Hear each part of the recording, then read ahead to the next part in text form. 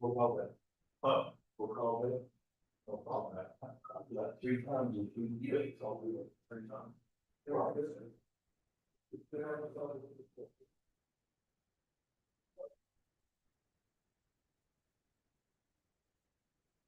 Oh, really?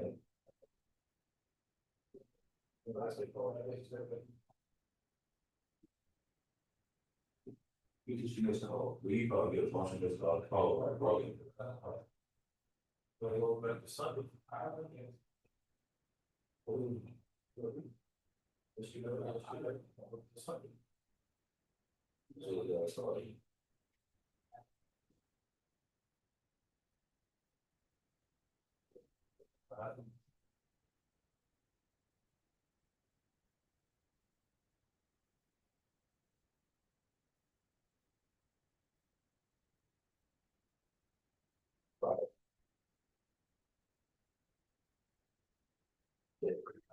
Yeah, 3 times in a row.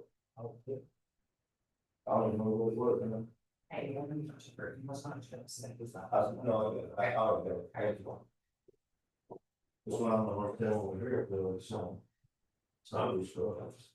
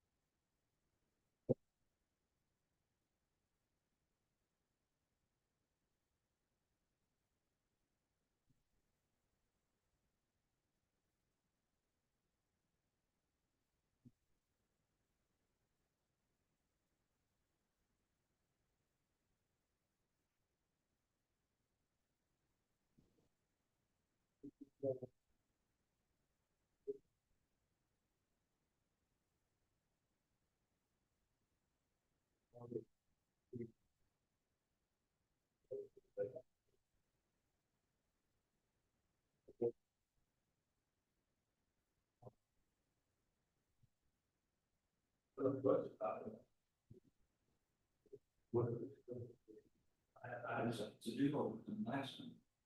Exact same thing. I asked this place that maybe he's back tomorrow. I didn't feel we're gonna get what you're gonna get, so I'm not going back.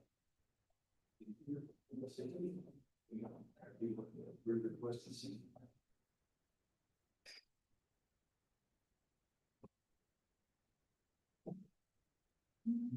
More than that, but why does this easy? That's I was with 5%. But 74, but. No, that's not. But that's what you should see. That's about 44%.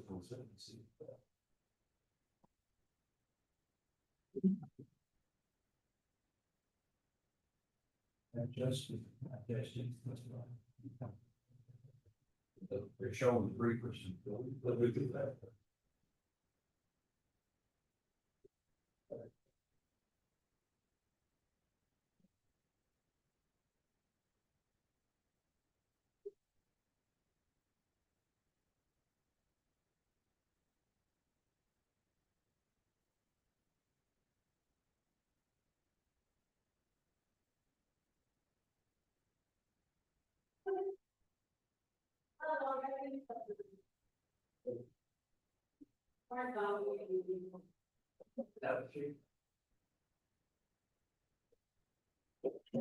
Oh, we don't want to sit together, but.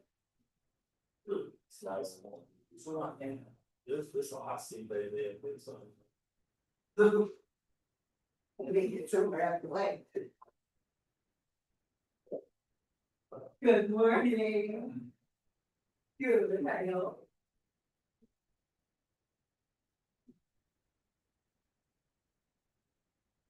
Who are you talking to? You know, make sure they got any, with Jazz and Paul, everybody, yeah. With my 2-step, 3-shot espresso in it, oh gosh. What they need to switch this and you set up right, they said, well, I'm sure. Monster and the grave. I think that. Oh, my, you ready?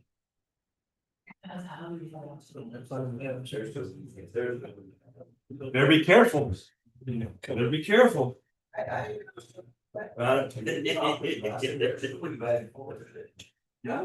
How's the sheriff keep showing up? Talking crap about me. Go ahead, I won't hit it. They give it somebody else a break. Bust loose. You're never in your office.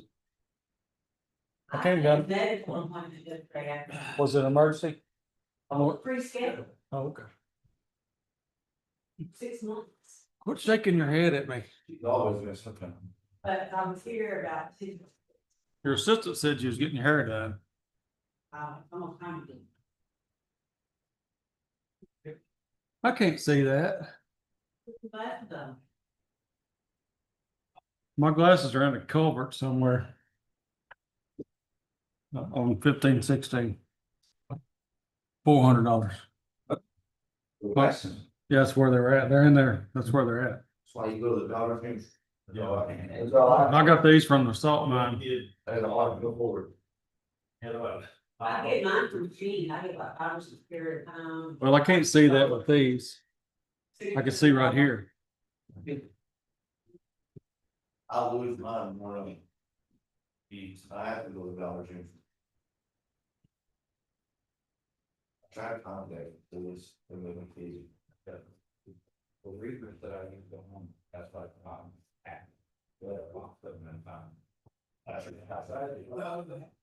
tried not to, but they made me use. Can't verify. They didn't have any winter green. I tried.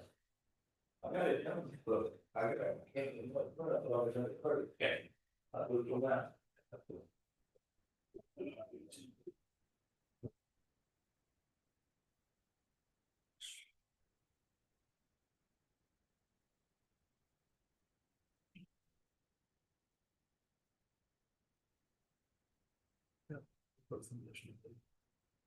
Yeah, I don't have mine either.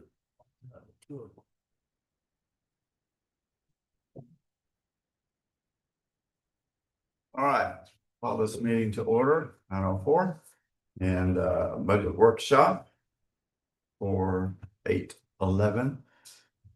And our first up is Constable Bob Keltner.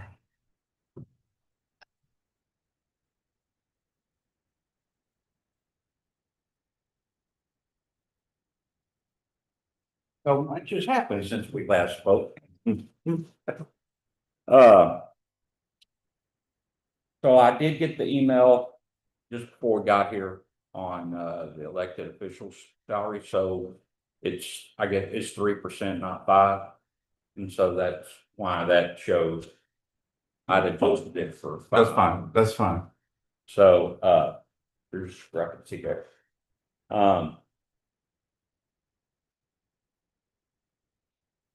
The rest of that is the same from last time, with that exception. I do need to update the subscription on one of my tools. That's the difference in the law enforcement supplies. I've roughly about between $100,000 and $120,000 worth of Secret Service equipment, and it needs a subscription for the cell drive. So that's the 7,000 increase in law enforcement supplies. That's what accounts for that. Everything else has gone up. You know, as you know, the expense for just about everything has increased. I had started a server upgrade on not the current budget, but the last budget, and it was going to be a multi-year process because of the expense. Well, those hard drives went from being around $400 to when I checked last week, they were $1,200 now, and I can only assume that that's tariff increases. And I've got 3 more to go. It's data center increases. Yeah, It's the demand. The data centers are taking up all yeah. the equipment, and that's why it's raised. I mean, I can't account for it anything. I can't understand why it would increase, you know, 3-fold in the course of a year. Mm-hmm. But I've got 3 more hard drives that I need to be able to complete that process. Until I have all 6 of them replaced, and it's the same as the lowest one. So in other words, I'm almost full at just under 18 terabytes. Mm-hmm. And I was trying to increase to 120 terabytes. So that's where I'm at. So I'm full now, but so I'm having to do some other stuff to try and continue to archive the phone dumps that I have come in. I haven't gotten anywhere on the quick vehicle quote. I know we talked about that last time. I don't think Well, I got something here that I want. The 110 is totally unrealistic and is not, if you go and look at, all right, these were the purchases, Tommy Monk, when he updated, when his new pickup was 55,000 in total, and then, Jeff Corrin, Durango, 65,000, and then Heath was, roughly 70,000 right there. If you go and look at what the sheriff is spending, 58.8K for a Tahoe, and outfitting 30K is right at 89,000. You look at Smith County and what they have requested for their constables. Tahoes are 69, 73, 73, and the sheriff department in Smith County requested 11 Tahoe PPVs. They come in at 77,000. So we need to lower. I don't think this should be more than $80,000 right there. Well, 80,000 is not going to get it done. I can tell you right now. I mean, even when Well, maybe you need to lower your expectations. Well, I don't think it's a matter of expectations. I think it's a matter of safety. Safety for who? For me. The lights are not cheap. We're not talking about anything fancy here. We're just talking about emergency equipment. Okay, well, all these other departments are able to get a Tahoe and provide the safety for their officers for under $80,000. Okay, but I don't have the buying power that Smith County has. You don't need the buying power. I mean, I can see where I might be able to get it done for the same thing as the sheriff's office here, but I'm not gonna be able to get it done for the same price as Smith County's getting it done. Okay, well, The Tahoe itself will be the same amount of money. It's the equipment going on. I mean, last year when I quoted a pickup truck that was less. so tell me how Constable Collin and Constable Monk are able to get under $70,000 and not have a safety issue. So, Carnes bought a demo that was already outfitted, it's my understanding. And so I can't explain it. It's a Durango. Now, I'm looking for a Tahoe. If we can buy a Tahoe for 58,000, that's not a problem. But you know, if you look at those, now he's got a light bar, but and the sheriff's office cars are using light bars, and I don't have any intention of using a light bar, but so mine should in theory be cheaper. But we're gonna have to have some lights. Well, I don't think we need to budget more than $80,000, and you'll need to learn how to figure out to make that work. That's still $20,000 more than what the other constables had to pay for theirs. Well, we'll just have to deal with it. I don't agree, but we'll have to deal with it. Well, I'm looking at how we're spending the taxpayers' money. Okay, the taxpayers are, and I believe that we're not compromising safety by doing $80,000 since these other departments, that other counties are able to do that. So you're inferring that I'm not interested in what the taxpayers are spending? I don't know what you're interested in. What I do know is I'm interested in not $110,000. getting hit on the highway. $110,000 is way too much. Oh, I for a new agree with that. vehicle. I agree with that. I just haven't had the opportunity to go. And we need to look at considering different options to get it down to $80,000. Well, we can try, but even the numbers that you showed there for our sheriff's office is just shy of 90. Okay, well, I don't believe you need a fully the Tahoe configured as the deputies. Why is that? Okay, but because you're not doing a lot of traffic work. You're not on the road all the time. I mean, I don't do traffic all the time, but neither does the sheriff's office. You're talking about these Tahoes are for deputies who are on the road the whole time. Well, I put a lot of miles on my car and I do stop a lot of cars. Okay, So I don't see what the difference. I understand what you're saying, but I don't see the difference. I think the difference is what your expectations are and what your needs are.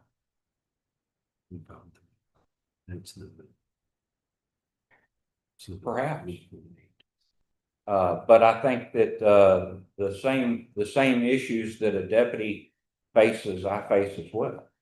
As far as being on the side of the road with a vehicle or responding to an emergency call. And the idea is to be obvious that you're either on the side of the road or that you're en route to an emergency call and not be involved in a traffic collision. Well, what I don't understand is how is it that our other two constables have vehicles under $80,000 and they don't face the same situation that you're talking about? Part of the issue is it's been years since they bought those vehicles too, and out 25. No, we Tommy's is a truck, right? yeah, Tommy's Tommy's is a pickup truck. But that's not the 24. point though. I mean, I was up last year, we didn't buy one in 25. Right, 25, 26, we didn't buy them. right. So it would have been 24, 25. Was that you in 24? It hit I was the last one to get one. 25. 25 is when yours, the 25 budget, $68,290.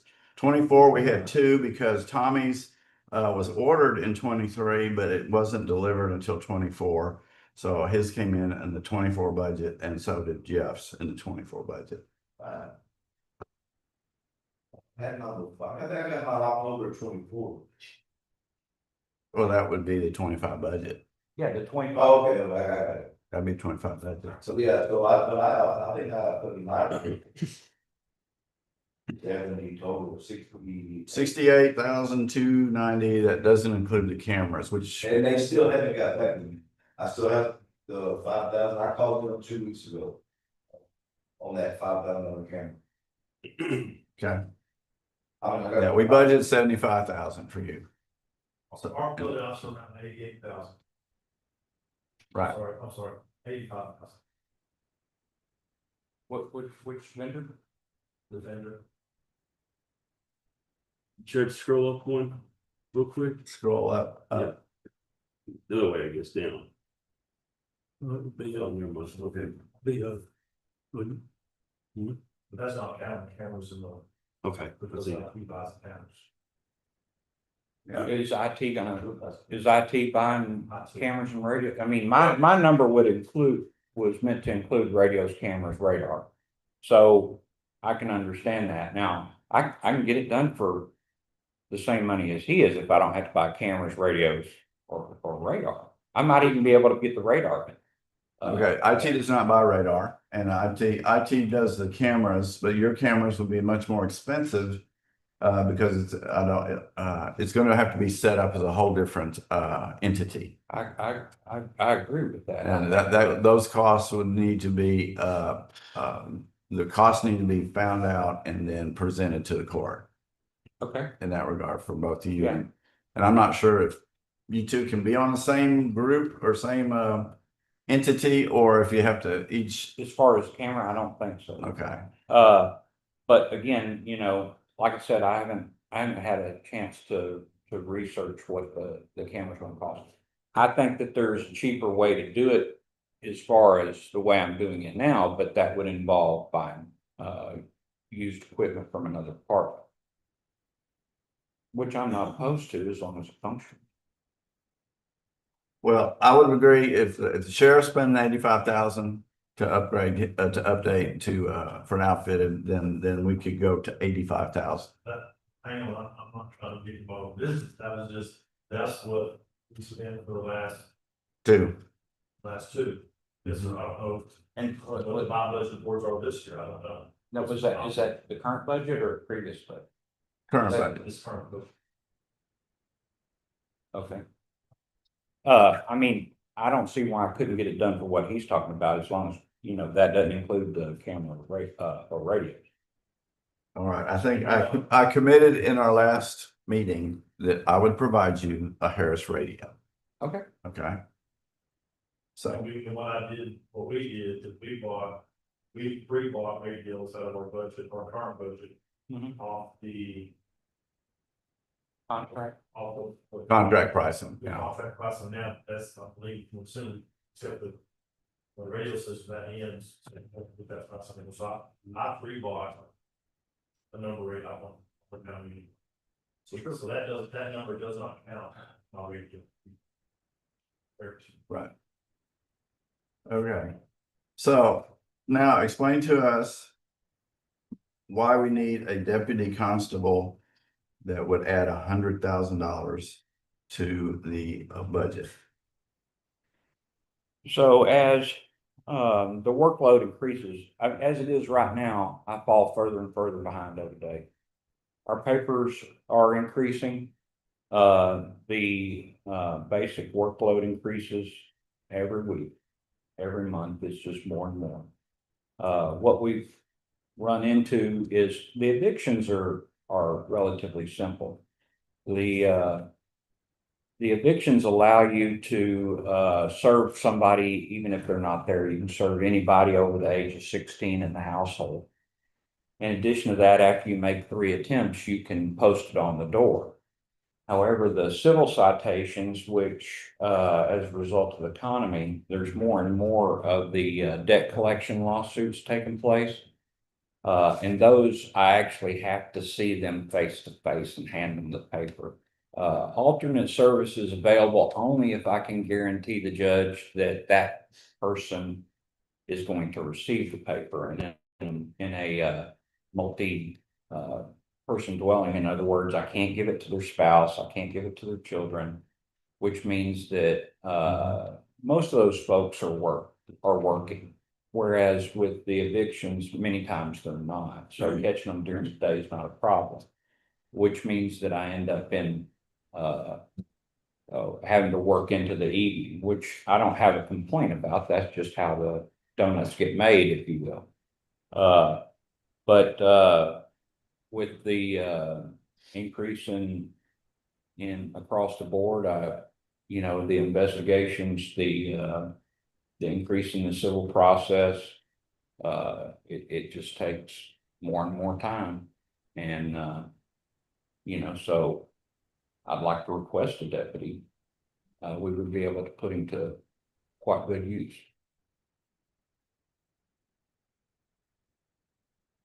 Okay, $100,000 Where are you getting the 100,000 from, Andy? on the bottom of the screen. There's your $100,000. What's the 87,000? That's the deputy constable's pay. That's insurance and everything tied into That's it. fully burdened with insurance. The actual rate, the actual rate is the same as a deputy, I believe. 57. Yeah, it would be whatever the. And again, that would go up because if with the increase amount. It would Well, I roughly don't be think the the same deputy pay. constable should make the same as a deputy, because that's what the constables make the same as a deputy. The deputy constable shouldn't make as much as a deputy. I don't think they should. What about a part-time? I frankly, I'll take any help I can get. I'm not opposed to part-time. We have to start somewhere. I'd be able to put the man to work, and, of course, he'd be able to, or a woman, well, he'd be able to,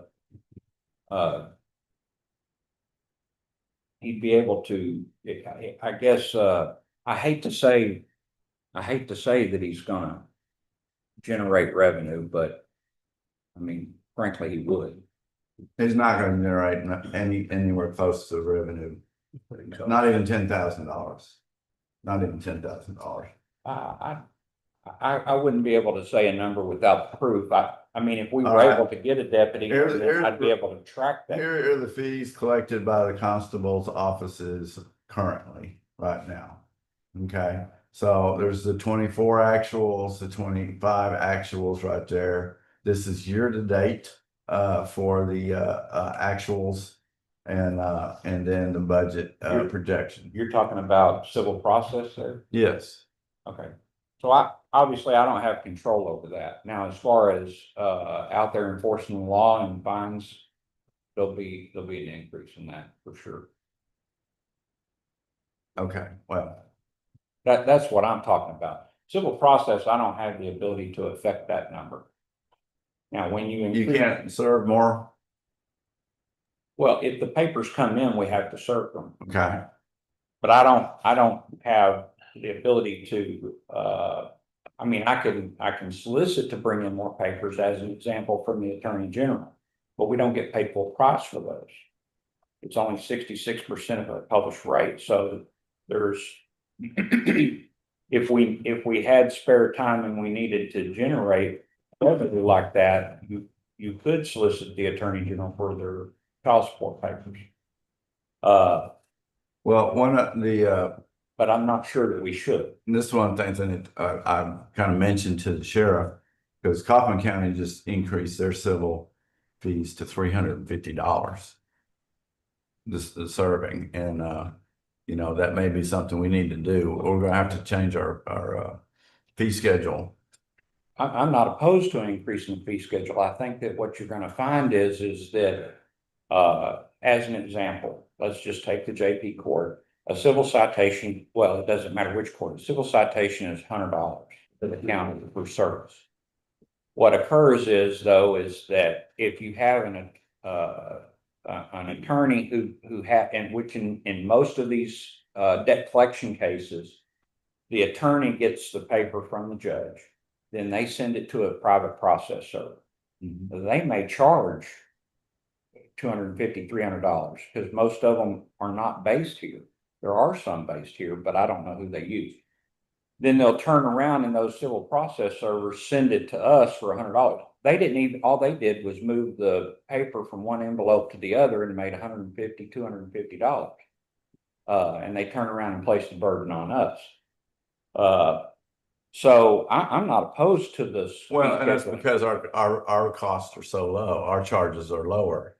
If we up our charges, then they may not be. Yeah. You're saying you're gonna up evictions and small claims to $350? No, I don't know which, Because right now, our writ of possessions are only 200. right. Well, and that's what Kaufman is, everything, there was 200, went to 350. And we're talking about creating a revenue stream so we can get another employee.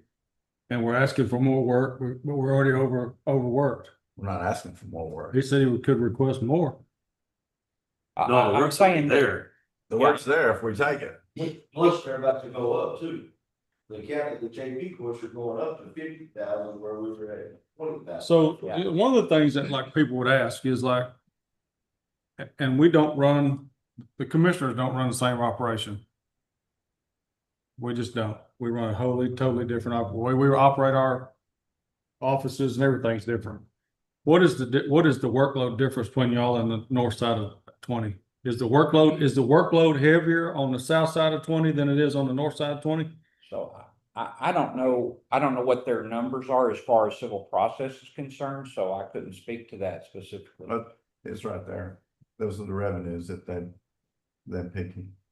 So I can see where Jeff would be higher. He has more apartments up there.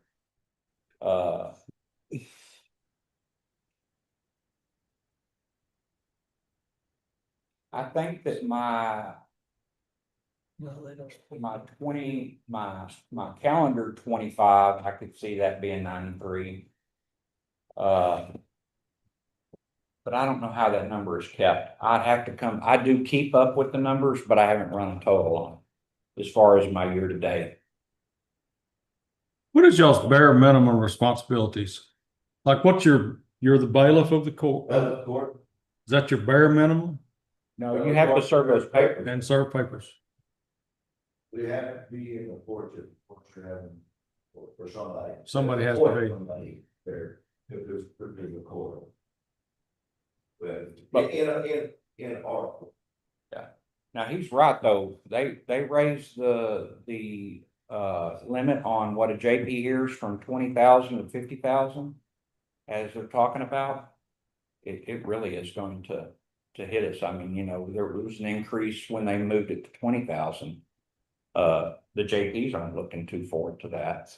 I mean, the debt collection now. I'm sorry, would you explain that again? They raised what? So right now, the limit to file a civil lawsuit in justice of the peace court is $20,000.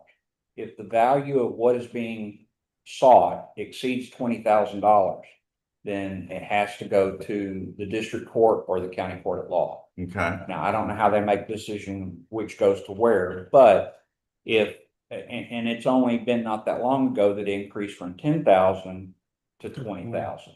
Okay. So if they're expecting the legislature to increase the limit on JP court this next session from 20,000 to 50,000. If that is the case, then there's going to be more and more civil process that comes through the JP courts. Now, the problem that I run into is that now I believe that Jeff's probably more evictions than civil suits, but what occurs for me is when an attorney takes a case on debt collection from a credit card company, as an example, in Tyler. They don't have to go to the JP that is the jurisdiction for the address. They come to the closest court, which is JP4 for them. Now, if they take that paper and they give it to a private process server, then they're gonna send it to the constable wherever the address is. But there's more court time involved than that. How Now, much control does the JP have over what goes through his court? Like how he schedules that out? How much control does he have of that? well, his clerk, he and his clerk will set the court dates Evictions have to be, within if certain it's an days. eviction in your court or in your precinct, it has to go through his court. But a small claims court could be filed, and they go filed anywhere. But how much control does he have with that of saying, I'll get to that this date, or does Oh, he no, have? it's gotta be set a certain amount of time. Of course, the dates have to be set a certain amount. I think like small claims or, they can do 30, 60, or 90 on writs and small claims on the writs. On the writs, it's 30, 60, or 90. You can set that I need that money by 30 days, 60 days, or 90 days, then they'll have over. But they have to allow the respondent so much time between when they are served and when the hearing is set. So with a civil suit or small claims or debt collection suit, the person has to be served and then they have so much time to respond. Now, I think that it's less time in JP than it is like the district court. So it could be 14 days, 30 days. It's 14 days, 14 years. So And the reason that they're thinking about moving it up to 50 for the JPs would be to take the pressure off of these courts? Not only that, it's because by most of my small claims or construction workers or mechanic shops or whatever, more prices of parts are going up. So if we could take the car to the shop or a tractor or something to the shop, 20 grand ain't nothing to have it fixed.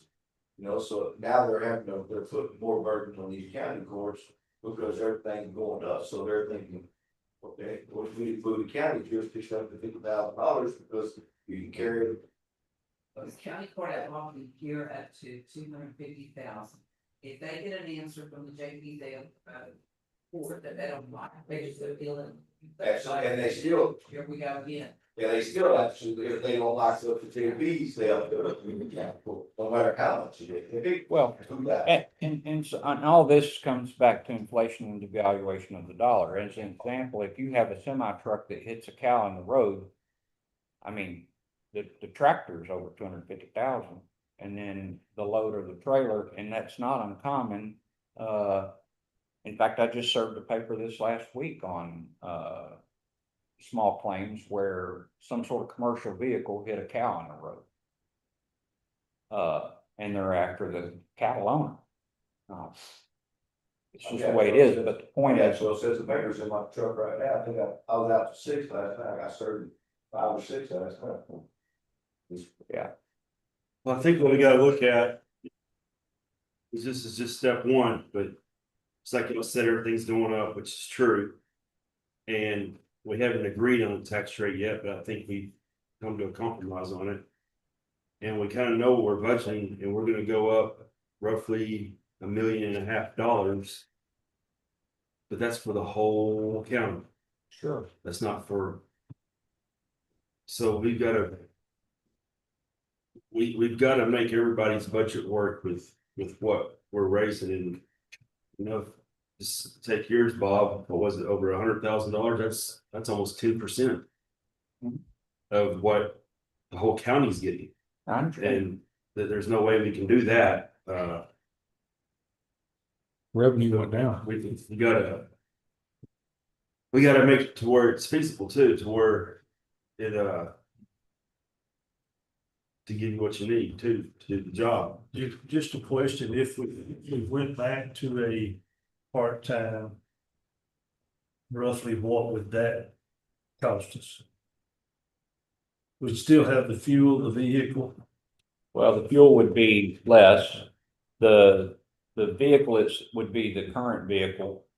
It's gonna have a little more maintenance. There'll be, consumables, tires, oil changes. So what would a part-time deputy do? So, obviously, I mean, he's gonna respond to calls for service that, in assistance to the sheriff's office. a lot as I do now. You know, there's going to be, paper service, and there's gonna be traffic enforcement, and then there's gonna be proactive, patrol involved. I think that that's the minimums and of what we would need to accomplish. Hopefully those hours would be hours that I don't normally work. So I'm not, I haven't got that far as developing like a schedule or something. But I'd like to see some nights and weekends. But, I don't see a part-time deputy or a part-time person coming out and doing it. Working traffic and just coming out part-time and doing it. Like we had a full-time, like we talked about last year, making full-time, and he works both. But making a full-time deputy. He worked 20 hours here and 20 hours there. Whatever. You're both asking for a deputy, right? Yes. So basically, Split it. Yes. One deputy. what you asked for last year. that is what we asked for last year. And then That was the or we were approved for a part-time deputy. Well, I was gonna get part-time 20, and he was gonna get part-time, then y'all actually cut our budgets, which we don't have much to cut, but we did what we had for us to do, and we cut the budget. Okay, well, you're not cutting it when it wasn't set, so Do what you now? cut your request. I think he was talking about last year. I'm talking about last Talk about year. You gotta, He's right. this is what I said last year, we all asked for part-time, y'all gave us part-time. I got part-time, he got part-time. No, we didn't. Well, Y'all, That that was- was for a part-time deputy last year, yes, you did. Okay, it's not in the budget that's posted online. Okay, I'm telling you, last year y'all approved us and then y'all come back and told us that we couldn't have one. Am I right, Freddie? And you cut that out. Yes. They cut it out, Yeah. Judge. They Okay. cut it out. There was- on our request Right. when we requested them to. We had it in we there. needed to cut the proposed budget to be able to fit into the income. I'm just saying, it wasn't on the final budget, and that's the one that counts. Okay. I'm. So,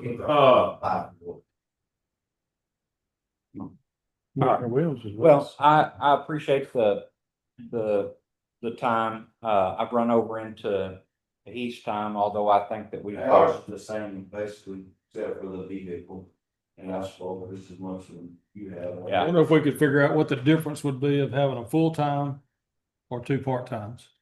Is it? Well, cheaper to have- Yeah, one full-time is what I'm saying, like, what's he's gonna have one car. I think that, Right. Yes, but like last year, I took care of the car, the vehicle was gonna be in my budget. The pay was gonna be out of Bob's budget, so I had the vehicle, he had to pay, cause I've got an extra car with it. That don't need outfit, it's got everything, but That you didn't want to give up. that I don't wanna give up, cause my cost, my reserve uses it as much as, he uses. So y'all just have to take into If you- account, we if don't you've have got any a room in the reserve, deal. We wouldn't need a reserve if we have a, Wouldn't need a reserve. no, not if you've got a full-time deputy. I That's, think, that's, they don't need a reserve. well, I think that it probably works out cheaper to have one full-time person split between two than having two part-time people, if I'm not. That's what I was mistaken. asking, like, I believe that that's correct. Now, don't quote me on that, but I Well, you think would that, come closer to finding somebody that would do the work if they were getting a full 40 hours. Correct. That's what Versus I, somebody that's getting 30 hours. well, yeah. and frankly, I'm pretty confident that we would be able to find somebody that would do whatever, but I agree with you, somebody is gonna be more interested in working full-time than part-time. My quick, like to Heath. If you've got a reserve now, but you get a full-time with a vehicle, why do you need a reserve with a vehicle? Well, I wouldn't need a vehicle for the reserve could still come out and when we need help to ride along. But still, sometimes you need 2 or 3 people out there on these rigs. I'm not talking about, Well, and a Let's reserve, see, it was a a- reserve may be willing to work on the weekends or in the evenings as compared to. no, if that's what you meant, I'm not talking about the reserve keeping the vehicle. Okay. The full-time person would get his vehicle, Okay, Yeah. this was.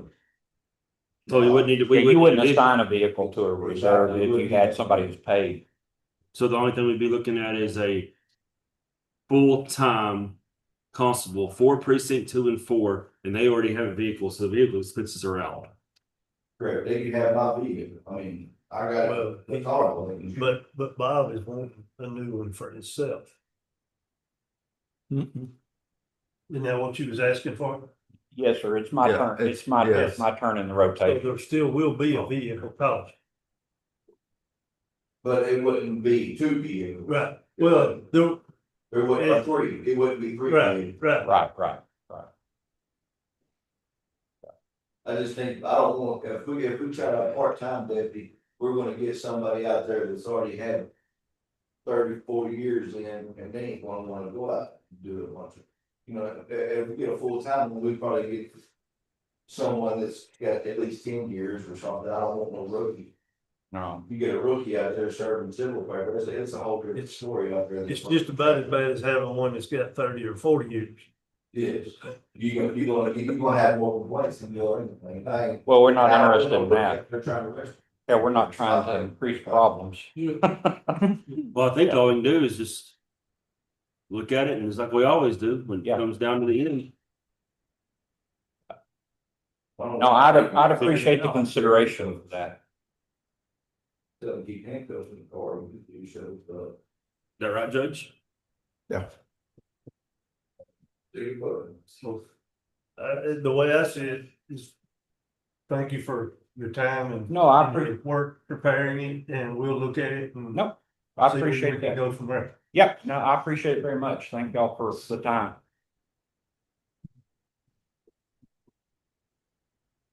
That's yours too, Heath? Yeah, mine's basically the same thing, there's no sense wasting any more time. Other than you wasn't asking for a call. No, sir, I was not asking for no car, I was just the van and deputy. And see, The car's running a rotation. Yeah.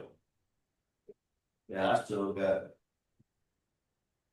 3 years, I think, on mine, I think, mine's still. What I wanna know is how come I have to drive mine 10 or 12 years, and you said to drive yours 4? That's your own fault, you get 15,000 a year by your own.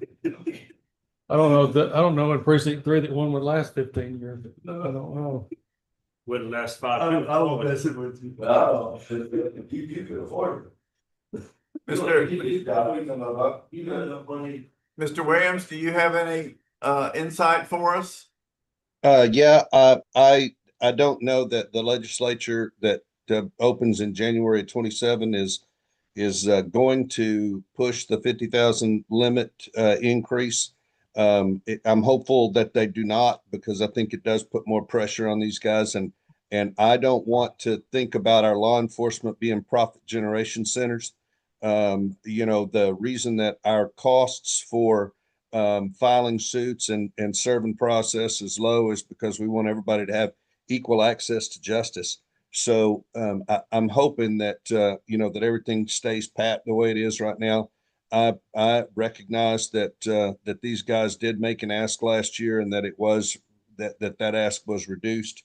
And I think that if you take the pulse of the people in the community, I do think that they want us to bolster in any way we can good law enforcement, and I think people have the right to have their cases heard. And a big part of can't have a case heard until service of process is made. So, I do appreciate where these guys are, and I'd prefer that we not spend too much time on profit generation. Shoot, the legal business in general is not a profit generator, and I think most attorneys in the East Texas area are also not profit generators. We serve in an effort to help justice be done, and and so we take on a little extra. We do extra things here and there, in that effort. So I appreciate what these guys are doing, and I think if there's any way that we can find our way to providing them with one full time. Now, one thing that I would mention is that if you hire a full-time officer, you do have the added benefits and insurance and all the extras there. And if you have two part-times, then they don't have that same opportunity. So it may be that there is some cost savings for having two part-times over one full-time, but it might be more difficult filling that position. Although I know that most officers do look for part-times, they look for extra ways to, to generate some revenue when they're off, because it's very common to have 4 days on, 4 days off. And so some of them do like to pick up some extra time. So, I think those are my additions, as I listen to what the constables have asked for today. I got something to say about the part-time. There ain't nobody gonna come part-time for us when they can go right down here and make $75 to $100 an hour on duty. No, I think that's when we said do the full time, because I thought you were talking about a vehicle, another vehicle plus a full time, but then we talked about the vehicle's already there. You get it, Yeah, No, I was talking about what Mr. Clifton said, that he's been off duty or almost looking. A deputy does have 4 days off and 3 days off. We don't. We don't have that many days off. But we're. I see what he's. I see what he's saying about them being cheaper on the insurance and all that, and having 2 part-times. But getting an off-duty deputy to come work part-time versus he can go to Dallas and make $75, $100 an hour off duty. He's not gonna come and make our easy 18 or whatever we want to pay. I'm not sure how it worked out. I do think that he has a good point though about the service fee schedule. Is that if we do raise that, then I think we're gonna have some people or more people apply for indigency service. Whereby they apply for relief from the judge because they don't have the money for to file their process in JP court. There's already people complaining about the fees now. Well, don't get me wrong, I mean, I think it's a double-edged sword. I think that there's valid argument for raising the fee, and I think there's a valid argument for not raising the fee. It's a difficult position.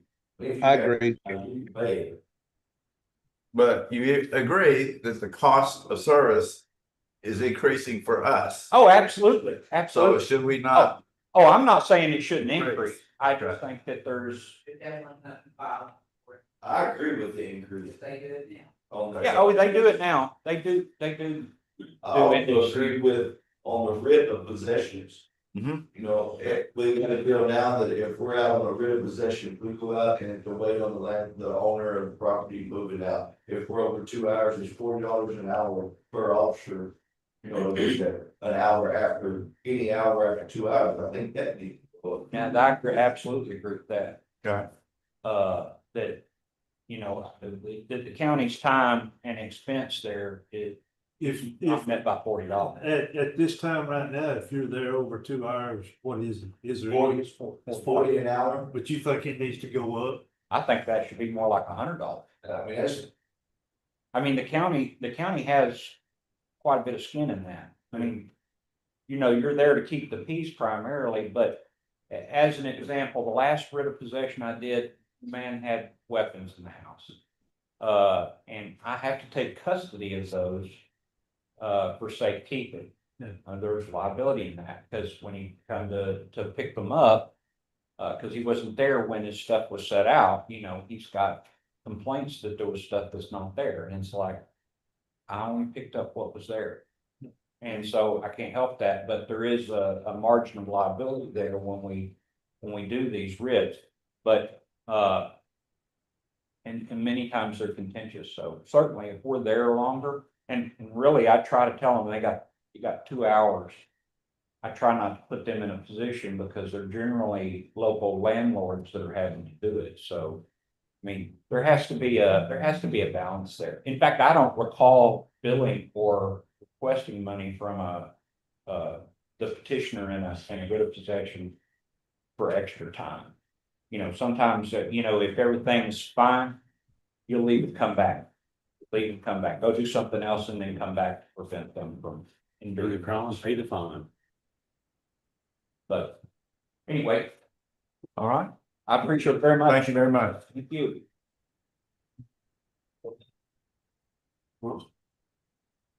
He says so.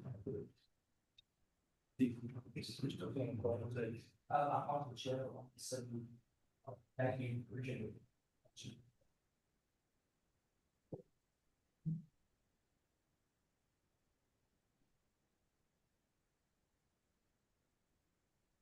All right, Sheriff, You done, you, or are you don't done? get any more, do you? No, Hey.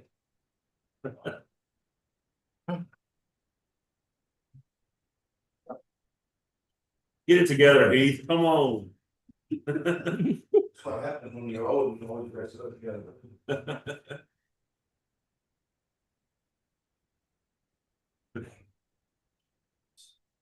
Get every receiver from the class.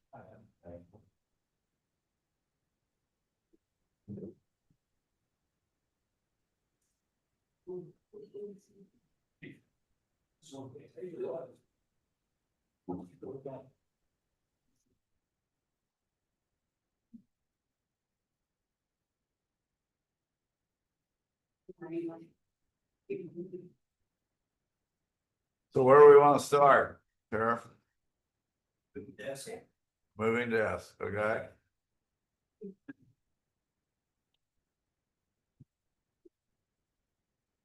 Trying to get, Rearrange the furniture. Rearrange the furniture. Yeah, neighbors do that. Don't eat my place.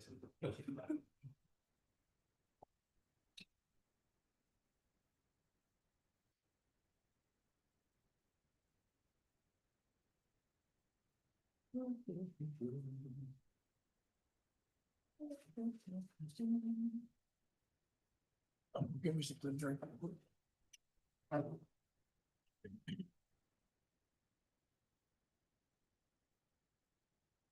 well, where do we want to start?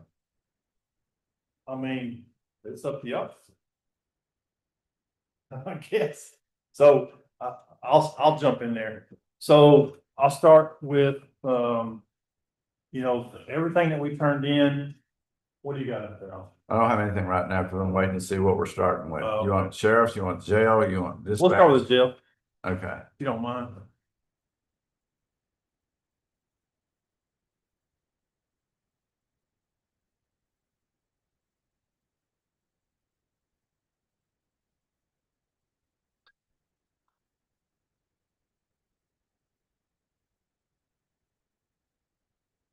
So the jail's pretty straightforward. Just scratch the top one because of salaries that we've already discussed that, we can't do the salaries or the addition of that many employees, so. And I know that you had mentioned, the court had mentioned yesterday, a number of, $350,000. Is that, am I correct about that? 330. I'm sorry? 330. 330, okay, that's even better. I like that number better, so. So what we did on the jail is. The medical was a issue that we talked about. We're falling short on the medical funding. And think that we need to add about 25,000 to that line item. And, you know, it's just, how do we budget for inmates being sick or needing procedures? How do you do that, right? Or how do you budget for 3 inmates taking care of? We have one inmate that had dialysis 4 times a Dialysis. week. Right. And at one time, we had 3 doing dialysis at different levels of times a week and all things like that. So how do you budget for that? I can't. So, you know. Well, you just have to go by history. I mean, Yeah, and you know. history based on the number of inmates you've had in house, and then just kind of project it off of that. But so we just honestly, Cause to be real honest with the court, we just threw a number out there, 25,000 for medical expenses, because, you know, I don't even know how to quantify the number. I mean, I could say we don't increase and leave it where it is, but then when we need it, come back to the court and say, hey, we need some money for medical expenses, I have no problem doing that either. That's no problem. And then that keeps the budget the way it is. But I just want the court to know that That's probably If- that's probably the best thing to do. if it does that, then I'll come to the court and say, yeah, I need some money for medical. So you're saying up it 25,000 from this past year? Yes, sir. I believe that was what the judge's recommendation was. So I know it's mandated. But like, Actually, the judge recommended, I gotta go find my, I didn't bring my. I think it's right here. Well, we're gonna project an overage for the budget. Projected overage from what you Oh, okay. yesterday was, now I know how I got the number, how we got the number. The projected overage is gonna be 56,000. Right. Overage. So what Captain Bender and I discussed was, we're hoping not to have that many people on dialysis, and we had some procedures that had to be done. Somebody had to have a foot cut off or something. I don't remember, toe, something. So we're hoping to not have those big expenditures. We had colonoscopies, we had, some type of, Eye problems. yes, he had an eye problem, we've had dialysis, we've had, like heart issues, just a lot of medical. It's like the sick come to jail and then they get all the. that's what I was thinking. Yeah, it sounds like you're sick, you just come to jail. Are these people not doing petty crimes that can't bail out? So they don't need to be in jail. They just come to jail to get Yeah. doctor bills paid for. There are So people that- that do that. So that's how we came up with that. That's how we come up with that 25,000. Okay, and that's good, and I agree with you. I just want, let's do a projection. Sure. Let's put it in here, in the budget, this budget, and yes, if it goes over, we'll come back and we'll make adjustments on it, so. Compared to the last couple of years, do y'all feel like this year, and it sounds like to me that you've had a lot more this year than you have in the last Oh, couple of years? definitely this, Yeah. this. So it's year just a is- kind of an exceptional, I guess, maybe that ain't the Where to word. hope it is. If we do charge them, it goes on to their commissary account, but if they don't get money. Like their family doesn't Right. put money on the books, it just stays there. Now, if they come in after income tax and they happen to have their $3,000 in their pocket. All that'll go straight to the commissary, it'll go towards medical, but if they don't come in with money, we can't take it, we do charge them. And if they have a bill balance, a medical bill balance, then their family can't buy for them, they have to put money on their books, and then we take percentage. Okay. So we are. So you do tempted recoup to- some of it. We but- attempt, Yeah. but they know the system, they know how to play it, they'll get their family to deposit on someone else's account in order for them. We try to stop it when we can, if we catch it, we stop it, I can see where that would be sometimes hard to keep up with. it is. I'm trying to do that. So that's the medical portion of it. The food portion, You would put 295, you'd increased it 35,000. Yeah. You think Yes, that, sir. you think it's a good projection based on the expenditures? well, we feel like it is, and one of the main reasons is for the increase, obviously, is the increase in inmates. I mean, it's increased a lot. And the other is, like you talked about the other day, food. I mean, it just goes up. And the delivery, I mean, the fuel costs for delivery and stuff like that, so when their cost increases, our costs increase. There, I will tell you that we've been very fortunate. Captain Benner has done a great job on the, there's another jail that donates a lot of produce to us. And it's Hopkins County. I want to give them props. Is that like what they grow? I have no They, idea. they have a whole I don't know if they grow it. program. I for didn't that. ask if they grow it. I just know that it shows up. They're a USDA jail, so. Yeah, so they give us, They're they local. donate us a whole lot. They donate to us, but my kitchen supervisor, we have two vendors, Performance and Benny Keith, that she price compares every week when she does a food order, who's cheaper, where we can get the most for a dollar. And then she does figure in some of the donations that we get or we have on hand before she makes that order. So let me ask this, I asked it the other day and I got a sore response, but I'll ask it again. What percentage do you think that are in your jail that are coming from the cities?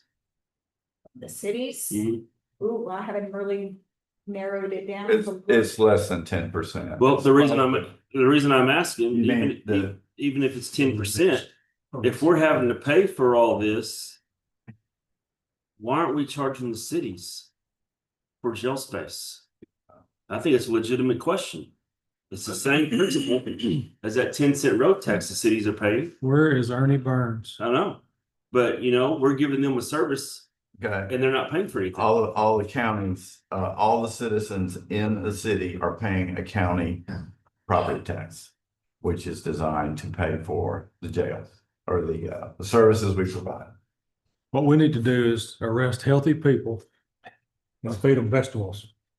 That's the, well, there you go. Okay, so we got. I'm sorry. I'm sorry. We got those two. Now, what was the third one? The third one was, The contract contract services.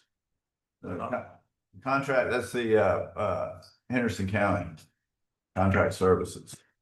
Yes. So right now, it's 368,000. You know, I know Brandon don't like to talk about this part, but it's just, we outsource. Yeah. So again, how do you quantify a budget number on something that you have zero control over and you can't look in the crystal ball? So, What's the most it's ever been in a year? I left it alone. I didn't, as you see, I didn't really do anything to the jail except those couple of things. So I'm sorry, Mitch, what was that? Wonder what the most it's All ever right. been in the last 10 years. What's the most it's been? I don't know. I would have to pull. I'm just curious. I mean, I was just playing, if I can figure out how to get on we've had the. several different sheriffs in the last 2 or 3 years, haven't we? Yes, sir. So I guess it just depends on how you run your department. I Well, guess the jail is gonna probably depend a lot on PR bonds or, Well, the jail, we cannot, control anything. Yeah. release anybody, we have to have the court order, Right. or judge's order, to release them. So when it comes to housing, for jail standards, I can't be over. No, I'm with you. I understand that. I have to have a little wiggle room, to house more inmates. So I've put together this, we kind of talked about opening up the 24, the minimum security 24. And so what I tried to do is calculate, okay, what would it cost us to have those additional 24 inmates here in our county? We would need 4 additional jailers and so a monthly cost for 4 additional jailers would be roughly 25,000.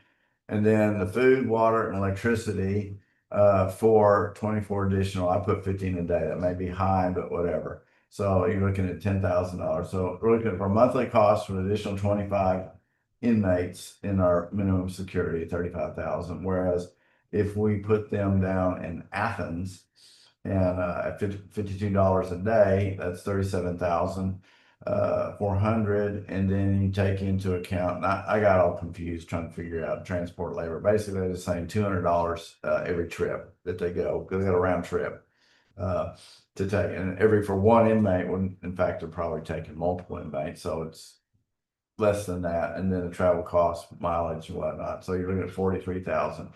So it's definitely cost advantage for us to keep them here than to do them out, farm them out. so, But I don't anticipate that.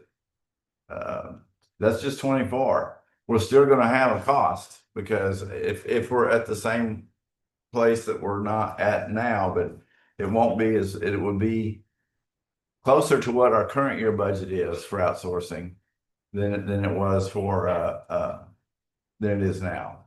So.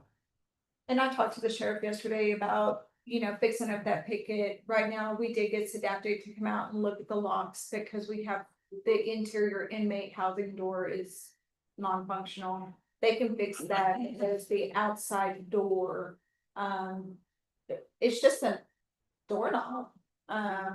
So there's a plate on the outside where no one can, on the outside, jimmy it and try to get in. But from the inside, the inmates can mess with it and just get out. I mean, there's just. Okay, one gate. I don't need specific details about issues within the jail because this is being publicly recorded, sorry. okay? So just say we had somebody look at it, okay, in that regard. But we can get that 24, We are working on it. working to get that update, okay? So I guess the question is, do we want to plan? Do we want to plan to use it and hire for next year? Hire 4 jailers for next year for that? Or do we have to have 4? Can we make it with 3?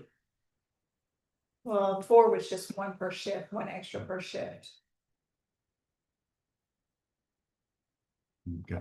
And So you basically would have to have the full. An 8-hour shift.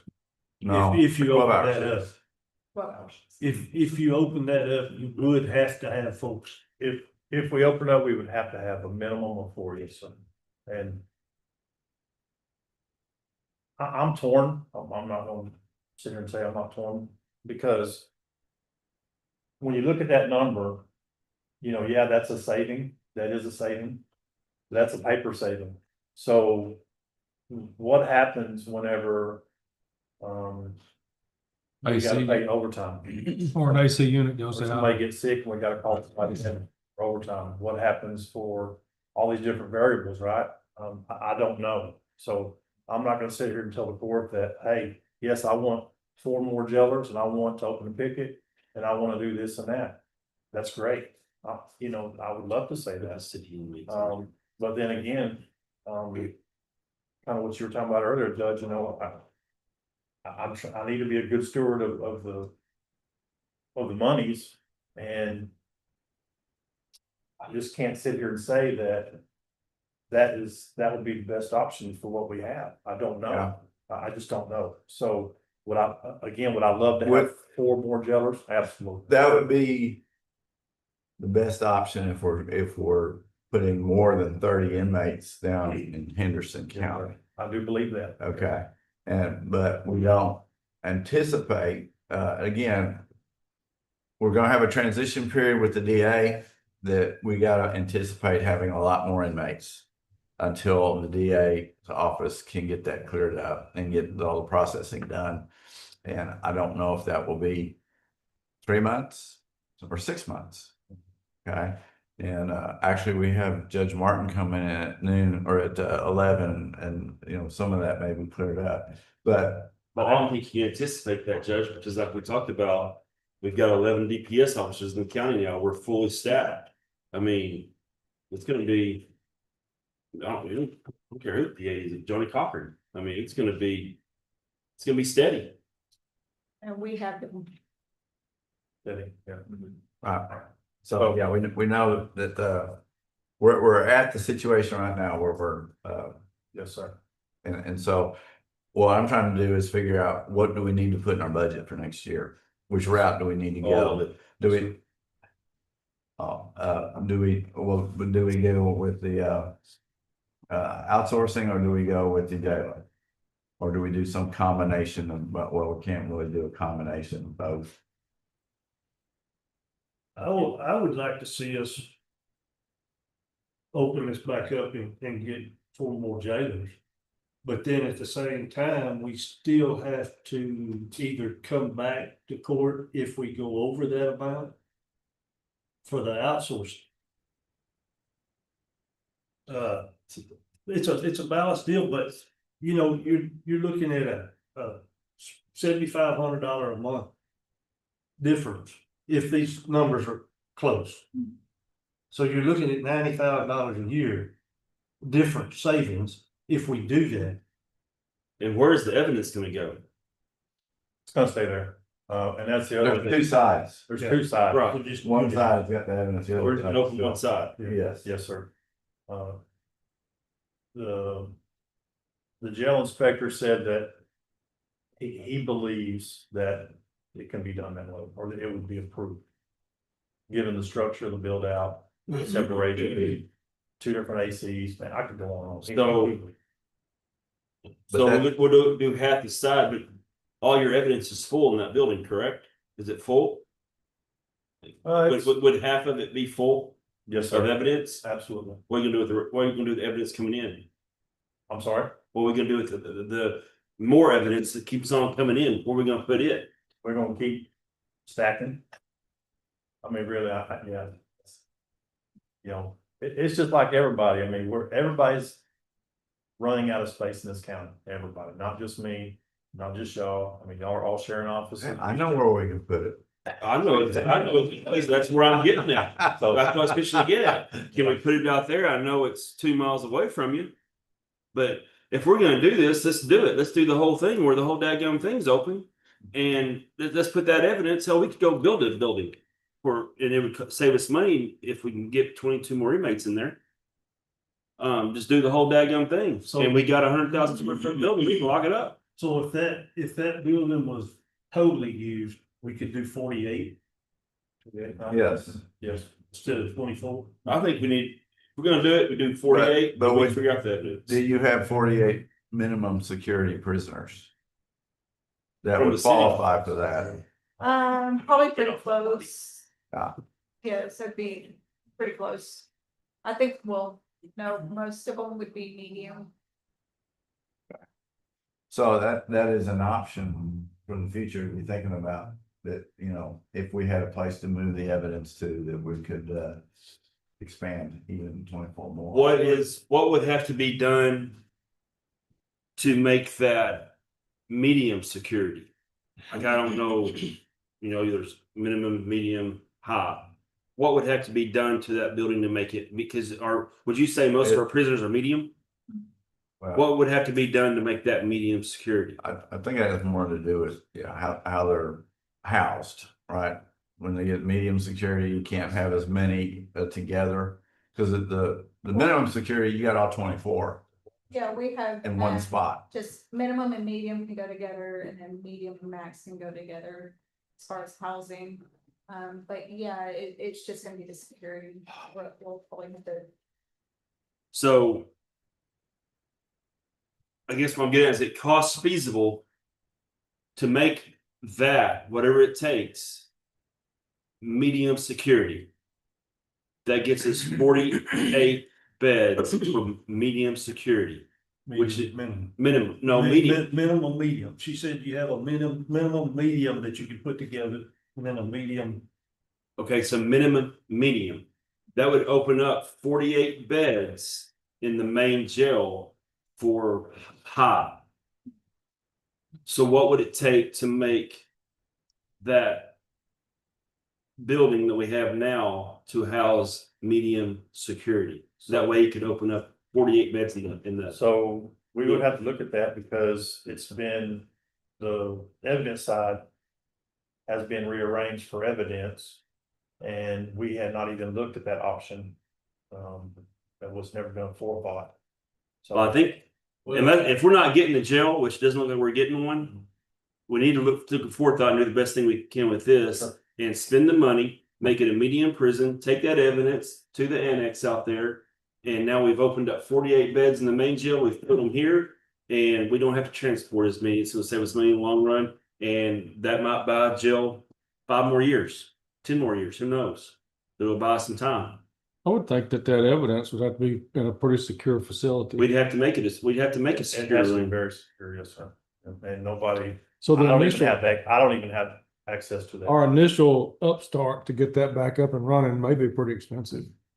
I'm not saying it's not a good idea. I'm just saying that like when you're looking at $7,000 or $8,000 a month, the variables of what could happen in that is gonna eat that up probably.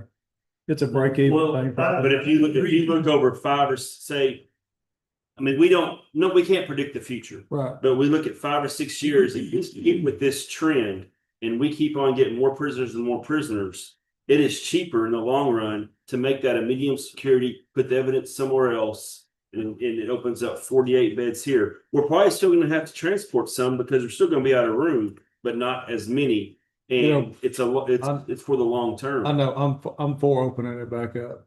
I'm just saying, like, we need to think about every variable involved in that before we do it. Like, You know, sheriff is apprehensive about it right now. It just doesn't seem like that.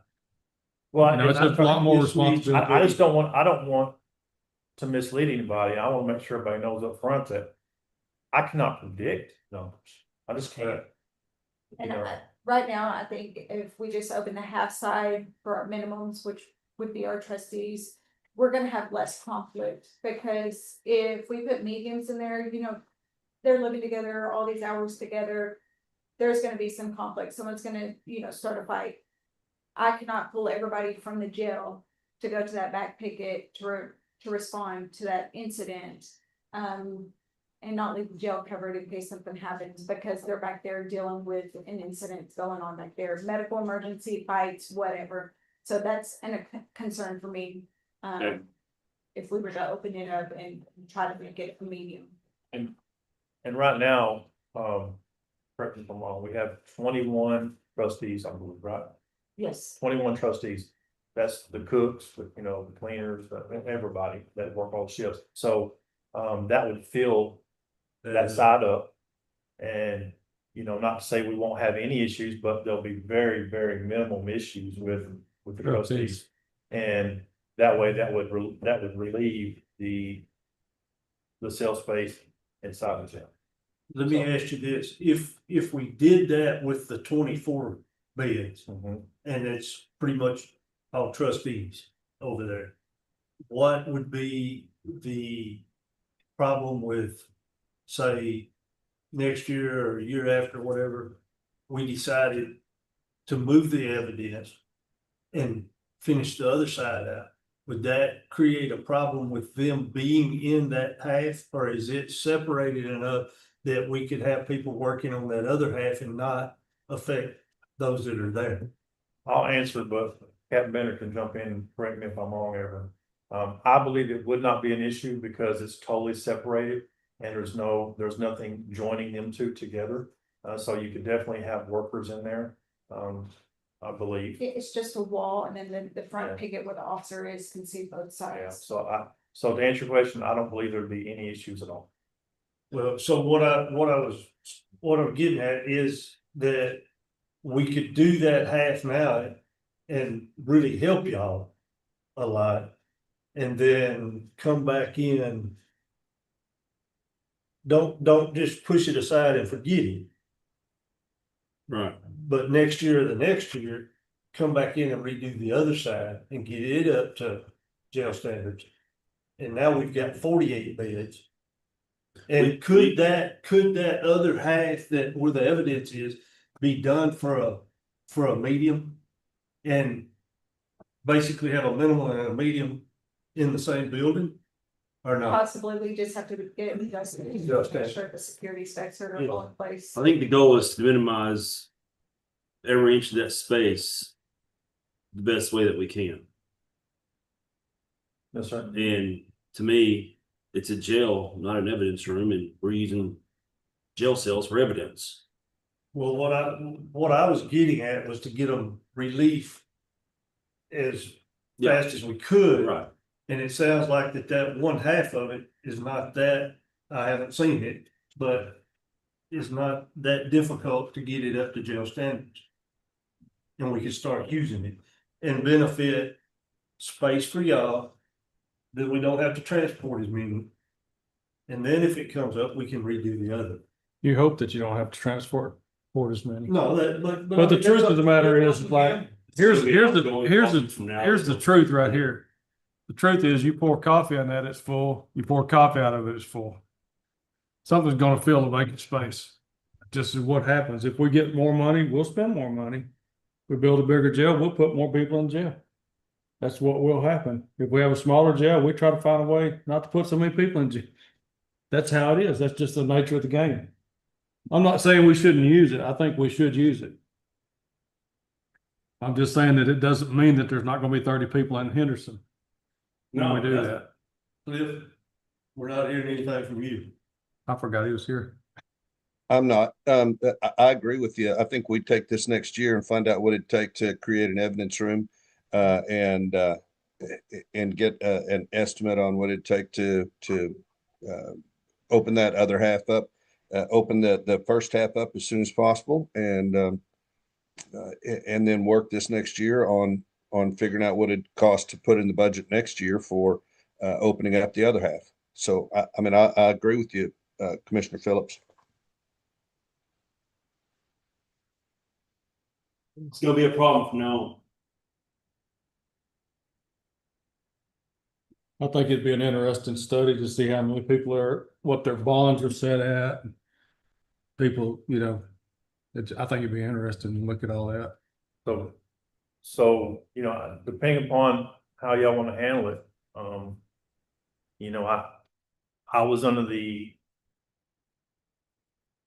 direction when I left here yesterday, my own thoughts, that it was gonna be the 330. So, but I mean, if that's what I'll have to adjust it a little bit because I had some other plans, but if that's what the direction the court wants to go in, then we can surely do that. Well, Because it looks like roughly, these are just rough numbers now because I need to go back and readjust them. But roughly what I had done, and I know that we're kind of jumping around a little bit now, but what I had done is I took my, what are your priorities for new position? What yes, sir, your priorities? I took those priorities and added them in here, and it came up with $312,933.02. Okay, and we, So, and that's in, I can go through it here with y'all in a second if you like, but let's, before we jump ahead, let me just tell you that also, I want to thank y'all because the maintenance man deal, we're happy to report that, has done, as of yesterday, 491 tickets. And out of those 491, 441 of those tickets come directly from the inmates themselves requesting from their tablets, requesting maintenance. Wow. Meaning- That's not even a full year. Tablets. They have tablets? They pay for them. They pay for yeah, them, so they request, They can use them. plumbing issues, electrical issues, light bulbs out, you know, all these different things.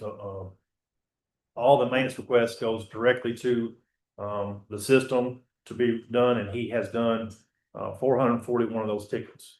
And then for staff, we have an email system, and it's not 100%, but we try to make it 100% where we email him. But he has done 50 of those tickets for staff. It's not as good as it sounds. I don't know. You don't want to live there. He didn't want to live there. He's got a tablet. He's got a maintenance man, a tablet, don't have to mow his yard. I thought you knew about tablets, but you did, but you just didn't remember. Yeah, you told us. well, You they did tell us. actually help with. The tablets are issued to each individual when they're booked in, and that's their tablet, it's their phone. It's their way to give file grievances, it's their way to say thank you, it's their way to everything. I can see where it'd help y'all and keeps them occupied. Yeah. It does. It also provides them educational training, schooling, all these different education things. Their books are on there. So, and they do pay for it. If they tear it up, they pay for it. So we haven't had but maybe one or two, I think. We've had a few, but Okay, few. it's, 350 cost that. So anyway, so that's how the point of that story is.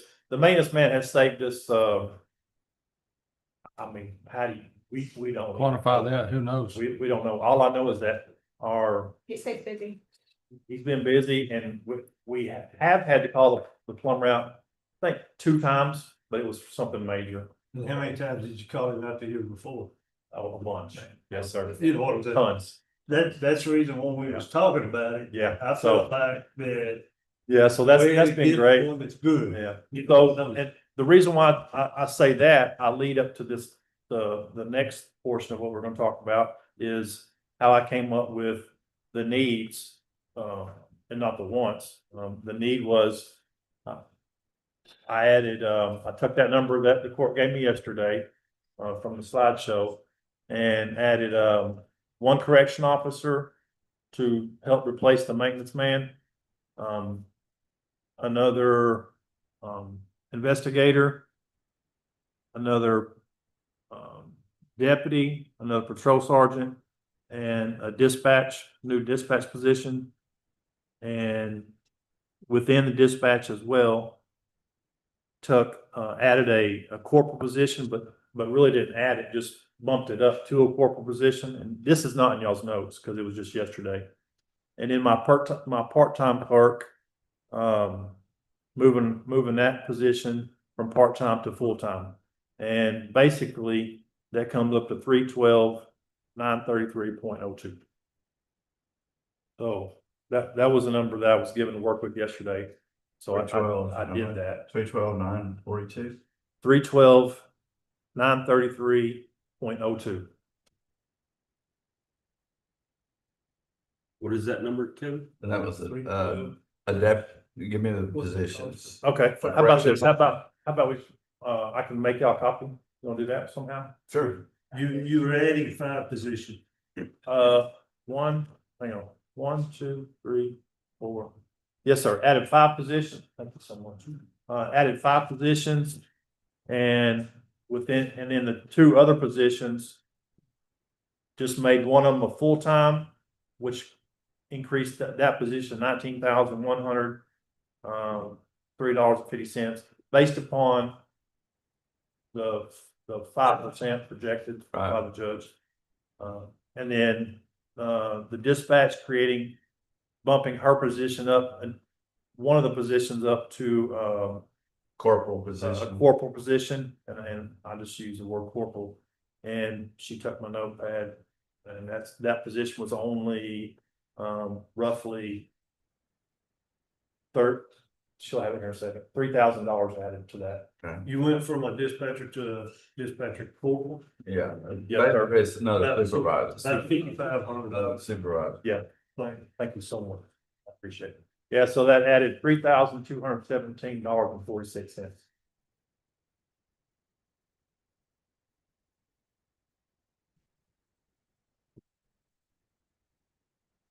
So these numbers are based upon the Now, does this doesn't include what we just talked about earlier No. No, and the food and stuff. not the food. If we just, I think it's a no-brainer that we've got to utilize that other building. That doesn't include if we utilize that other building, does it? No, sir. No, it does not. Well, one position does. Well, not really, because that's to replace the maintenance man position that took from the correction officer. But so tentatively, one of those positions on there could be utilized for the if you like. Well, I don't know how long the construction would take. Will it take a year? I don't know, but I think we need to budget an approximate cost to get that building to house all 48 people. And then we gotta get a solution for where the evidence goes. And this year, budget for that, and then next year we could budget for whatever you need to run that. Or if it comes, say they're done in March, we come back, we got contingency or whatever. But I think we need to utilize that jail, the 48 beds, and I think we need to.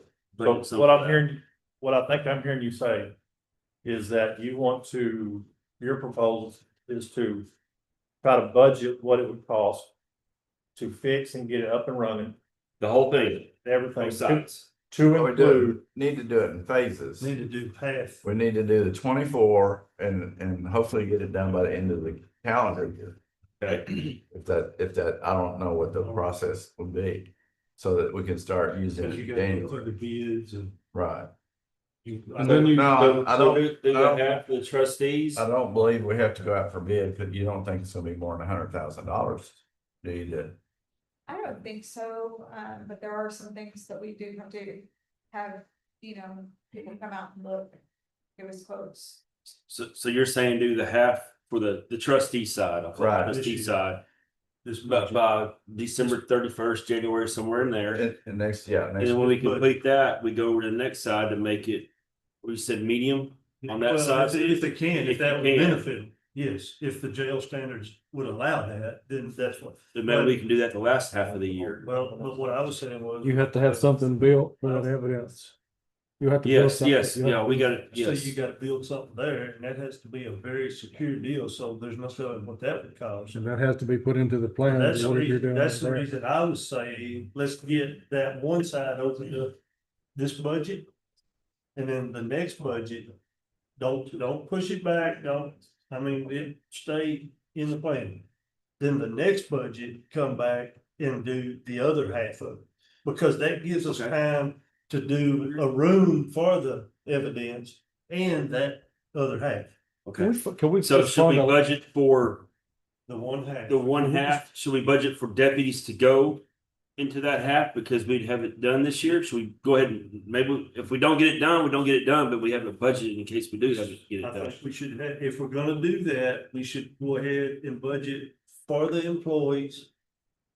And for the repair. If it, like you just said, if it don't get done, then we don't have to use the employee money. But It's there in it's case. there if it gets ready to put in service.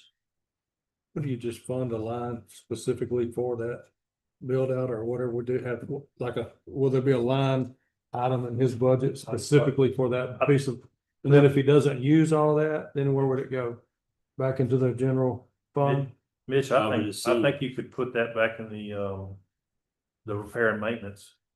I think I'm just thinking it should be, but we're adding something to it, so we don't know what it's gonna cost. Everything's gonna You could cost. put it repair and maintenance, or you could put it. Well, I don't think we're adding. I think we're just fixing. Yeah, so that money would just go into, if I'm right, I don't know how the auditor office works all that, but I would say like Sheriff said, we could put it in the repair and maintenance line item. Say we done $100,000 for it. We could put that extra 100 into that to be used for that. So that's the first half. Yes. And then the second half, you're gonna do it the second half of the year? No. We won't be able to do it I'm not next for year. You're not that. gonna be able to do it next year. I'm for the next budget. Yeah, Come okay. back. I think we should have it a separate line item, not repair and maintenance. We should Okay. have a separate line item That's for it specifically That's- that building. I don't know, and as far as the number, That way we know. a what- dollar number, I mean, you're asking me to right now on the spot. I'm just gonna say 100,000. To But I don't know. To get it ready. I'm afraid it'll be a little I more mean, than that. y'all, but more than I think. anyway. Bobby's a maintenance man. I haven't been out there, so it'd be hard for me to say, but I don't know, 100,000 don't go very far. Or we can. I don't know. We gotta, We gotta start somewhere. yeah, we Yeah, I gotta get can in there. start. I mean, if you get a, Have- come out, you get a plumber out there to run cameras through the system and everything and turn the water on, nothing blows out. I mean, you know what I'm saying? Like, I mean, Yeah. AC still, Well, we got the Functional out water there? fixed. So we got the water fixed, and then when we ran the water, turned it on to all full back there, there was some leaks. Within the building. Well, Judge, would you be opposed if we put $125,000 in there and say it goes over that? Go into the contingency to finish it out?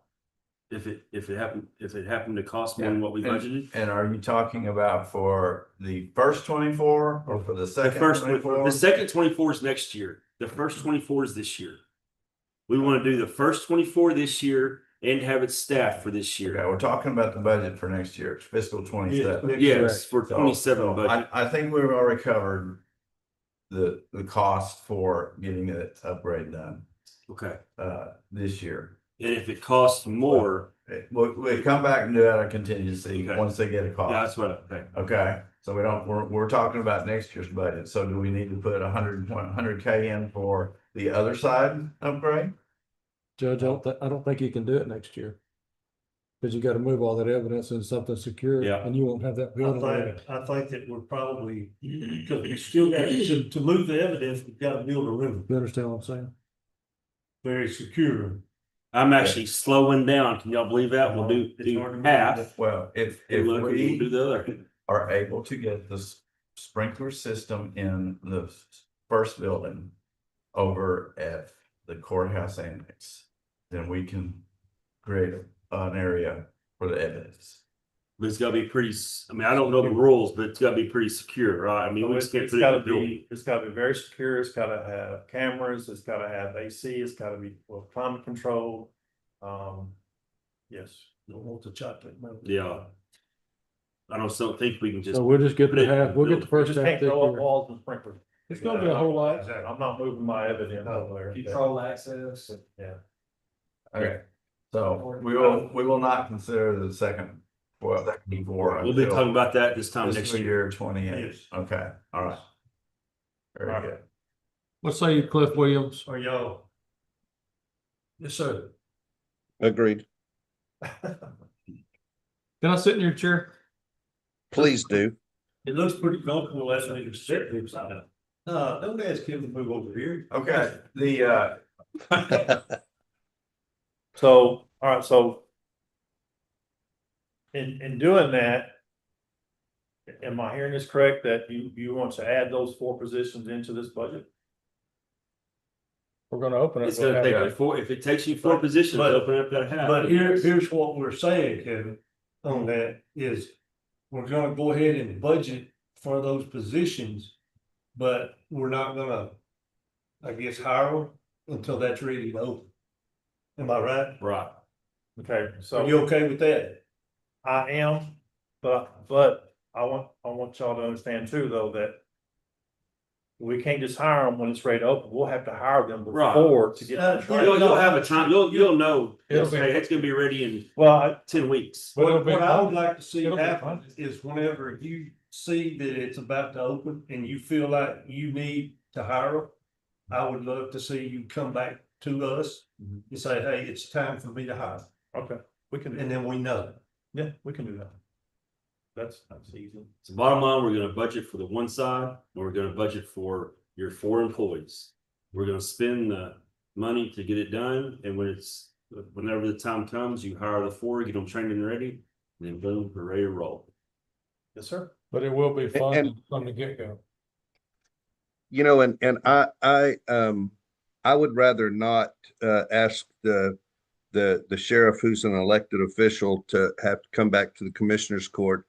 I think our job is to Trustee. lay out the timeline and you know, Sheriff, when you believe it's the right time to do it, I think you already have the authority to do, you know, such action. I don't want to micromanage the sheriff. That's just my own thoughts. I mean, I want every elected official to feel the freedom to do what they need to do. You are correct. I was wrong. You are correct. Yes, sir.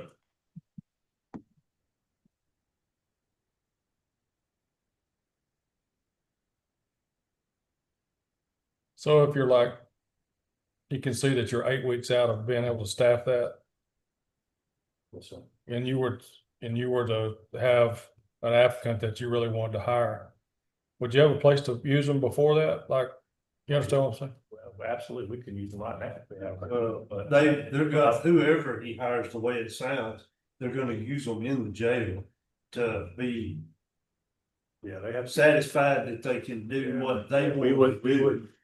I'm speaking for Kat, because she's sitting right here, but I know that she would not put somebody, So you'll be, brand new green out there Right. by themselves. So She was October shaking 1. her head, yes, what I so was what we're saying. saying though is October 1, that will be funded, those 4 positions will be funded.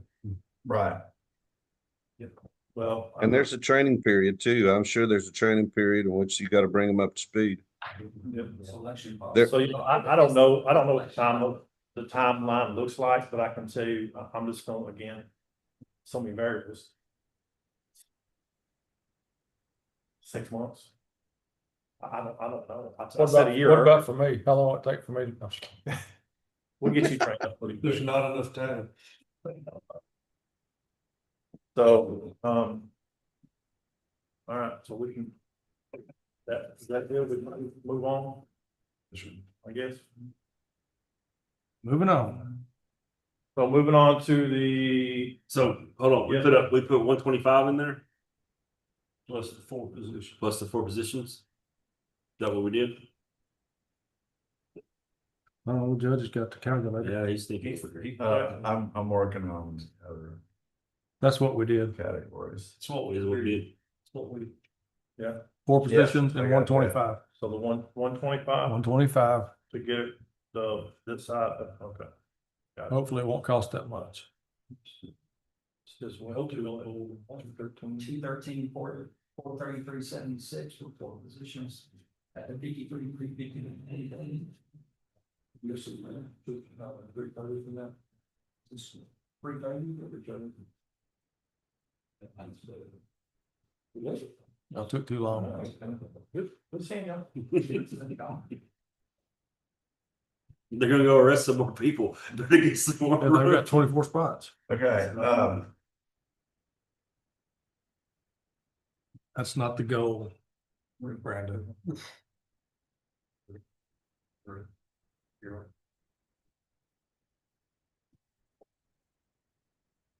There.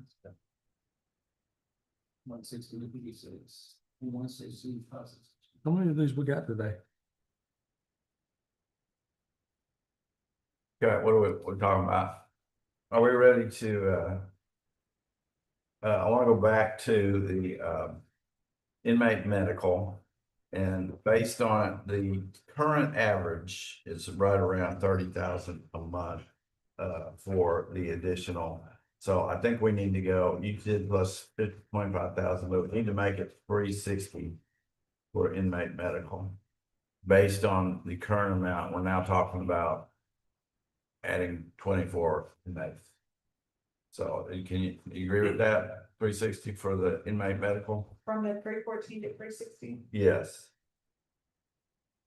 Yeah, I talked to our medical department, and she says the base that we pay every month, they usually increase 3 to 4% every year. That's the monthly. That's 26,000 currently. So it's about a 3 to 4% increase. That's not what this inmate medical is. Inmate medical is over and above Oh, 30,000. the outside cost pool, is that what Yes, you're talking about? right. And that's what it's been averaging 30,000. Oh, okay. So that's where I got the 360 on that. And then the inmate food at 295 is okay. Again, what I'm trying to do is account for if we do 24 more inmates in that regard. And then under the contract services, okay, it's currently 368. What if I do 3 months of 30 inmates? That's $141,000. And then 9 months of 15 inmates. In other words, assuming we get the 24, the minimum security done. So then it dropped 15 inmates that we would outsource. Okay, does that sound legit? Because right now we're 30. And that would be 225. So just the outsourcing amount would be 366,000. And then we have to add 312,000 on that to count for the Southern Health Partners.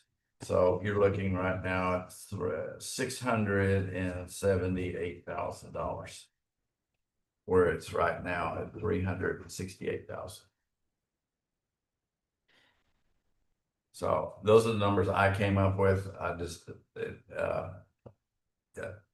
and again, it's the sooner. The fewer inmates we have, the cheaper it'll be for us. That's the bottom line. But we don't have much control over that, and we don't want to ask law enforcement not to do their jobs. So, because and to bring it. So, I'm saying that it's got to be a minimum of contract services of $678,000 at those rates. 30 inmates for the next 3 months, or through into December. That are going to be on a regular basis down in Henderson County, and then the 9 months, which is January through September, we'd have 15. And I think that would cover us. But I'm open to any additional That's adding, $300,000. $600,000. Burn it away.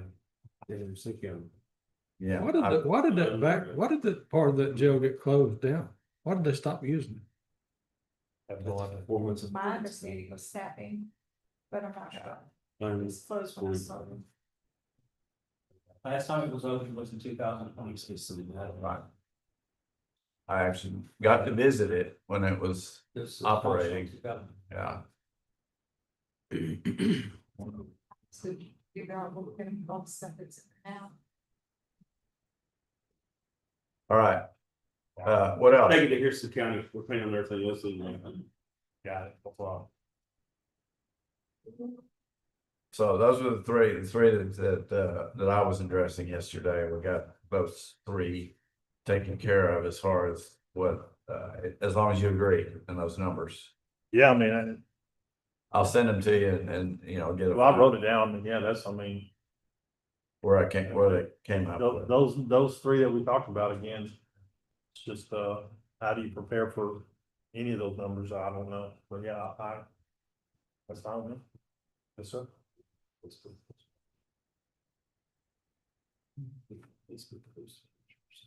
Okay. All right, what else? So that's it on the jail side. That's it, that's all? Yeah. That would be enough. Pennies. Pennies. So we'll go to the sheriff's side now.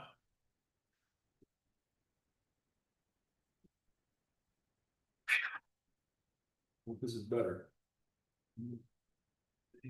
And basically, I'll just jump to the numbers. So forget, the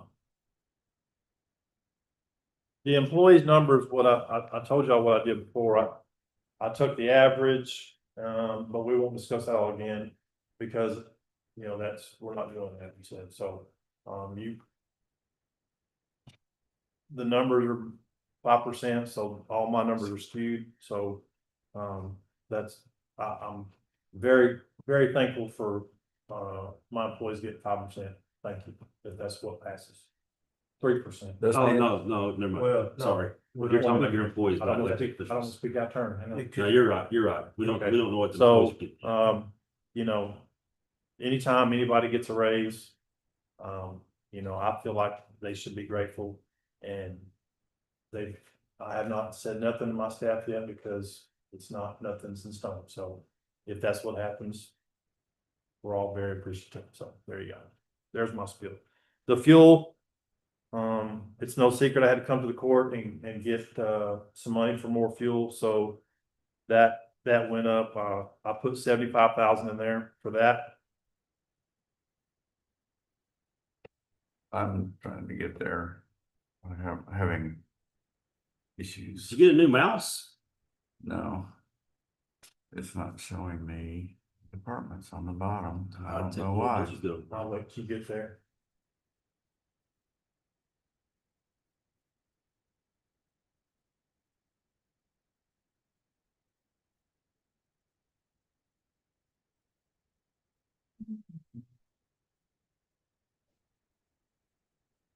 Yeah.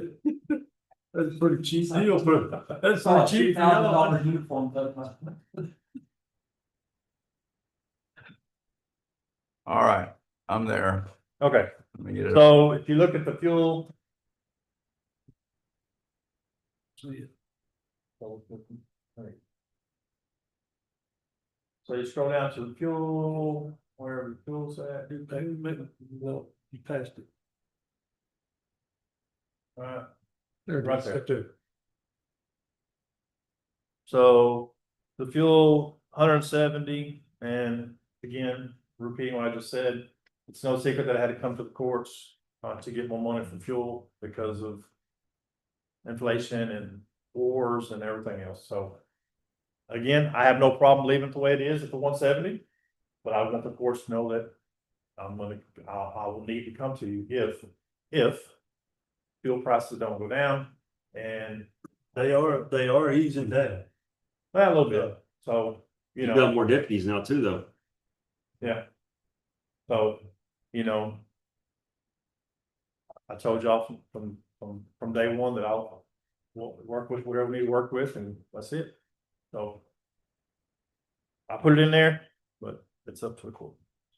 The training, I'd like to see the training go up another 5,000 from whatever it was that, we are doing a lot of training, and that just is what it is. Training is training. So there's two places, there's two things out. Are you using your T-call training? Yes, sir, we are. You're good, okay. Yeah. Yes, sir. Yes, sir. The second one is the cars. Last budget, y'all knocked it in half. This year, I'm asking for another 216,000 to get, that gives me, instead of, 2.25 cars, that gives me 5.5 cars. So will you then be retiring? So we are you going to retiring retire- any? Here's where he comes in.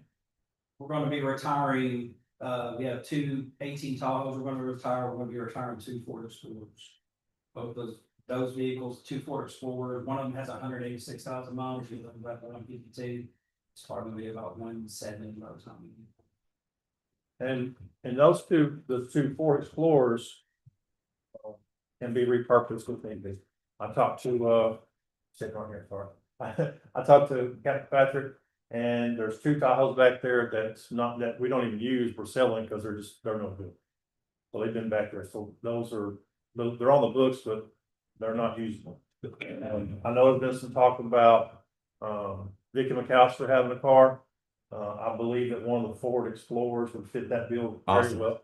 Okay. Very well for her. So, she can have that if we can get this. So I have no problem with that. And then there's another Ford Explorer too that, it's just not, roadworthy for us to be driving every single day.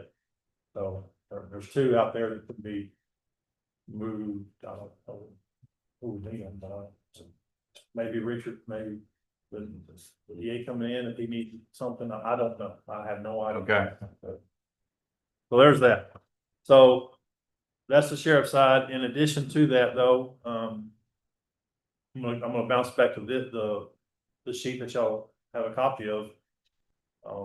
I based it upon the numbers that was given yesterday, and those are the positions that I was asking for within that underneath the money values that was given to me. So that would be another investigator.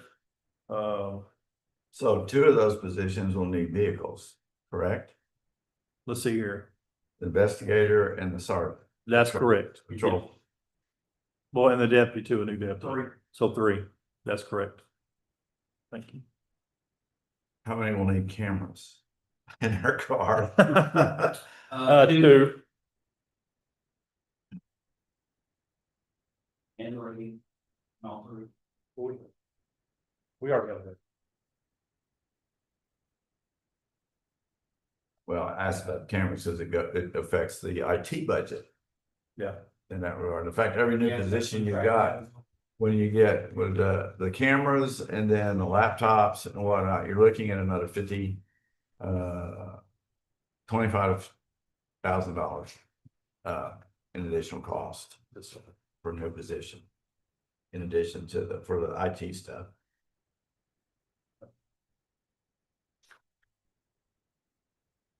And that's it on the sheriff's side. Well, actually, it's not. One of the positions that's in here on your sheet, again, that was copied for y'all, is my part-time clerk, 30 hours. I told y'all last year that I want to try to move all my part-time clerks one at a time over to full-time. This one, this is the last one that needs to be moved. And currently, She makes, what, that number that y'all see there? About The 29,000 number. And to move her to full-time would be the 48. That's based upon a 5% as well. And that's a difference of 19,000, the 103.50 number right there for that one. Okay. So that's it for that side. And if you So move, are these, it looks like you already have the increase in the 5% increase in these new positions. yes, sir, I do. Okay. Yes, sir. All Yep, right. absolutely.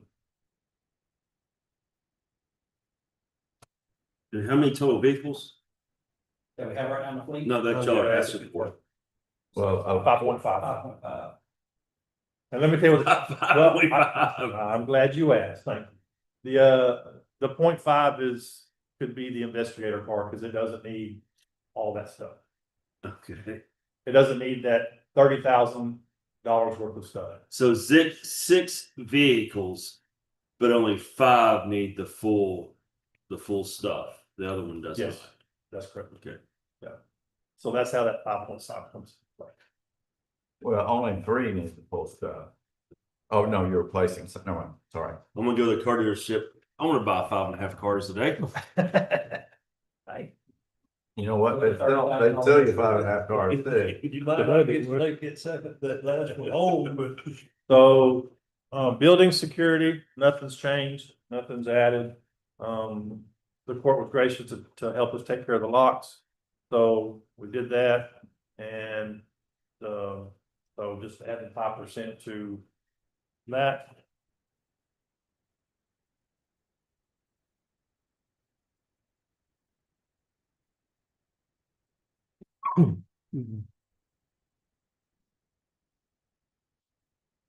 So if you can go down to the dispatch one now, the next one.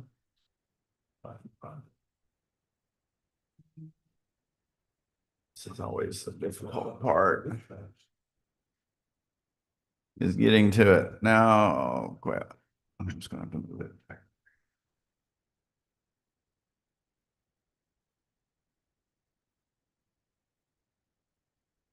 Are you fully staffed on your dispatchers?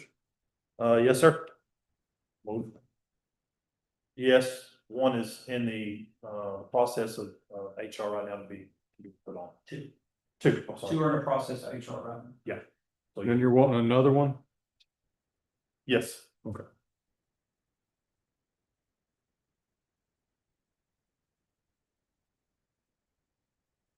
All right, my apologies, I don't have my dispatcher one. Oh, you know what, it was tied to this one, I do have it, give me one second. I think it's That's right, you're right, Judge, it was. it's it was part of the on the SO one. That's right. That's why I was getting confused. That's right, so I do have it.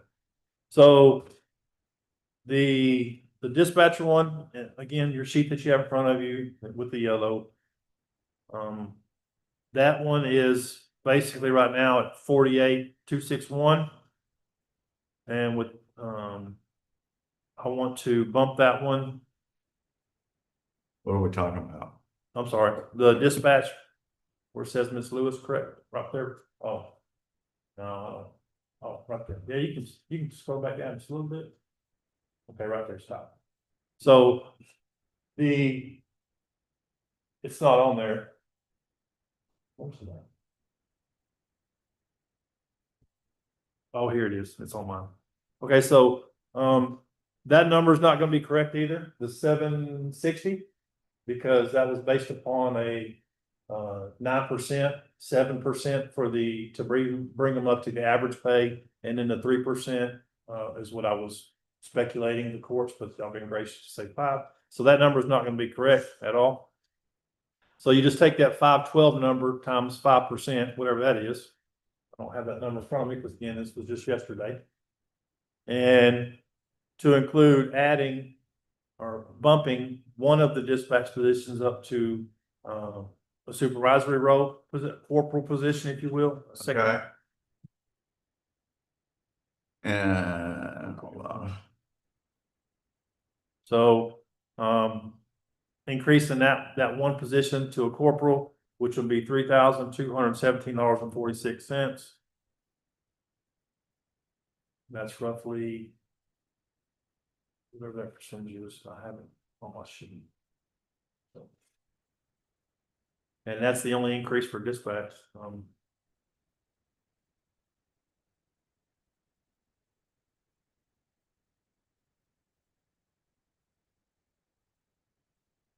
Okay.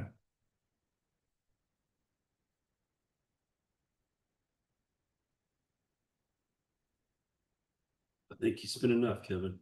I didn't spend, I You're dismissed. 312. I'm under what y'all told me. So, You're under that? You're under? yeah, I'm like $18,000 under.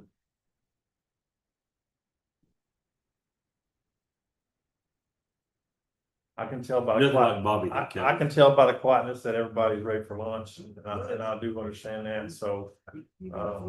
Oh, we got Judge Martin coming in here in a few minutes.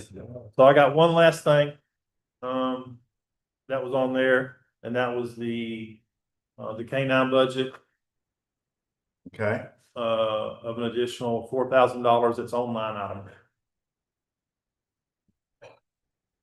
And it's, I don't know, it's not on there. I don't believe it is. That would come up under your budget, the sheriff budget. I don't recall adding it because I found the sheet later after the first round of, so I And don't, I could do the breakdown if y'all want me to, but I think I submitted a copy with the packet. yeah, you did. So, but the total is, the actual total is $4,080, but we can round down to 4,000. That's fine. Closer to 5, but we'll round down. Any questions? No, sir. All right. Thank you. I'll put this all together. Y'all have any questions for this? No.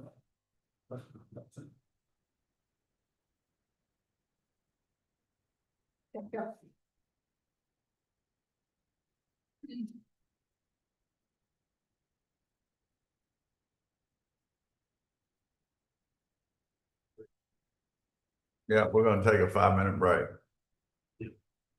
What else on the schedule today, Judge? You Cliff have any questions? Do you have any questions? What if you got questions? Oh, no, Cliff's still here? I think we live. He went to lunch. I heard Got set up the suicide. Do we have anything tomorrow? No, yes, we got a commissioner court meeting at 9 o'clock. Oh, Thursday. A regular. Thursday, I think it's free. Then Friday we have another one. Have a great Yesterday day. was so long, I thought today was. Impossible. It's impossible. But no, you get it. Oh, thank you, sir. Have a good day. You bet.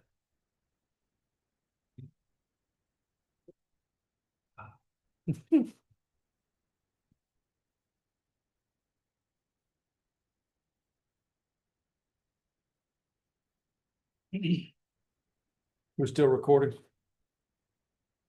Y'all.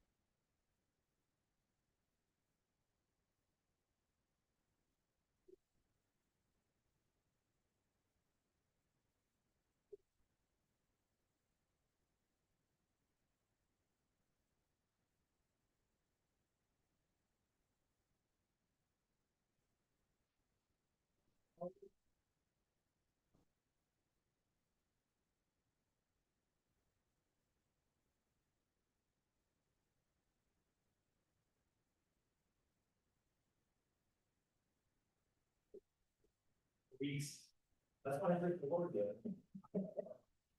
Come down.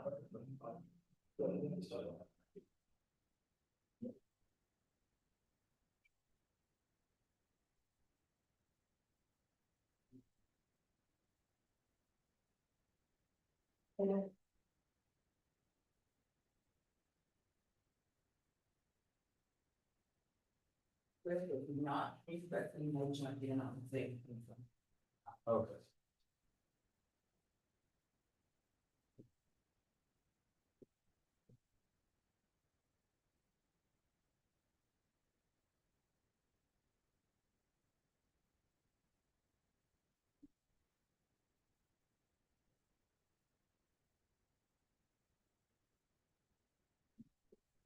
Was your mom staying here, this, you were doing?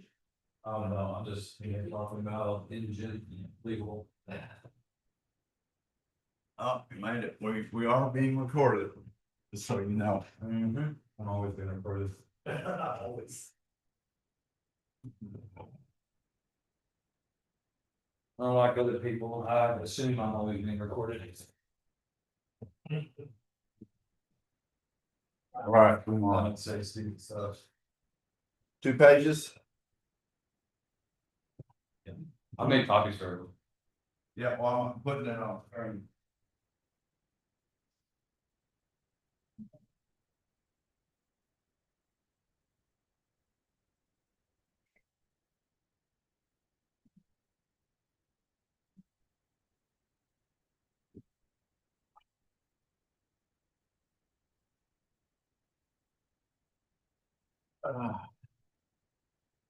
Mr. Williams had to leave, so he will not be. They jump back. I think so. He's at a safe house. Yeah, Safe house, huh? Is he trying to be safe from? from the rest of us.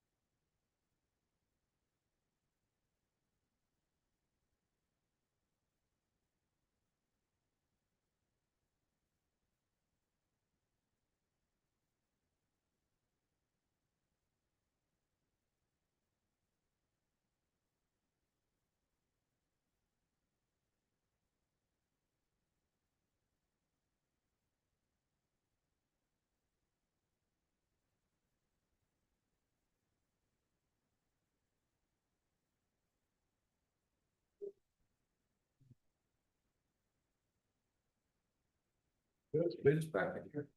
2 judges. You don't believe. Yeah, sorry, minutes later, you were wrapping on.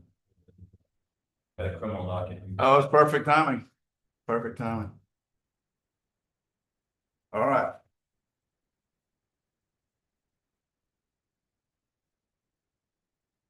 You are on and your first page is on the screen. All right, excellent, thank you. So this sheet that I've provided is just kind of a historical data look at 2014 through last year regarding indigent legal or felonies generated in the 294th District Court. So I believe the budget I submitted this year was what, Judge Reese, 275? I believe so. 275, and that was based on the same as it was last year after we were asked to reduce it. I want to say that before the Commissioners Court asked us to cut it for the deficit budget, I think we were at 325. I think if my memory serves correct, I estimated 325,000 for indigent legal fees out of the 294th. Oh, So, go ahead. I'm trying to maneuver here. There, I'm sorry. Okay. I don't need to see that. I've got mine, but Okay. so, and then I cut that, and so the way that I project what I believe the costs are going to be for the indigent legal defense, and so we're talking about attorney fees for those people who are deemed indigent under the law. Those are the people that are accused of a crime, whether they're indicted in court or not, they're accused of a crime, and they've requested a court-appointed attorney.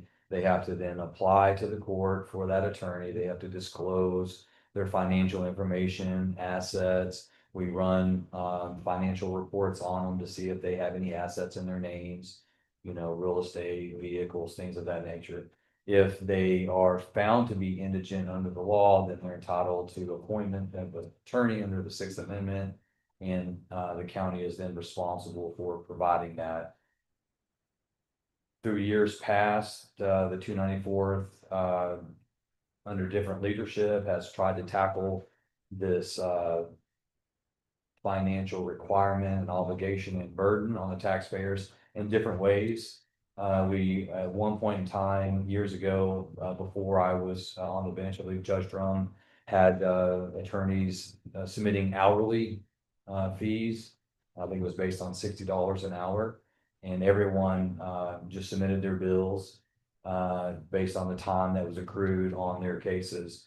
And then she took steps to curtail the spending during her administration, and then she went to a flat fee schedule for attorneys. And I provided you a copy of what the current flat fee it's embodied in this motion to pay.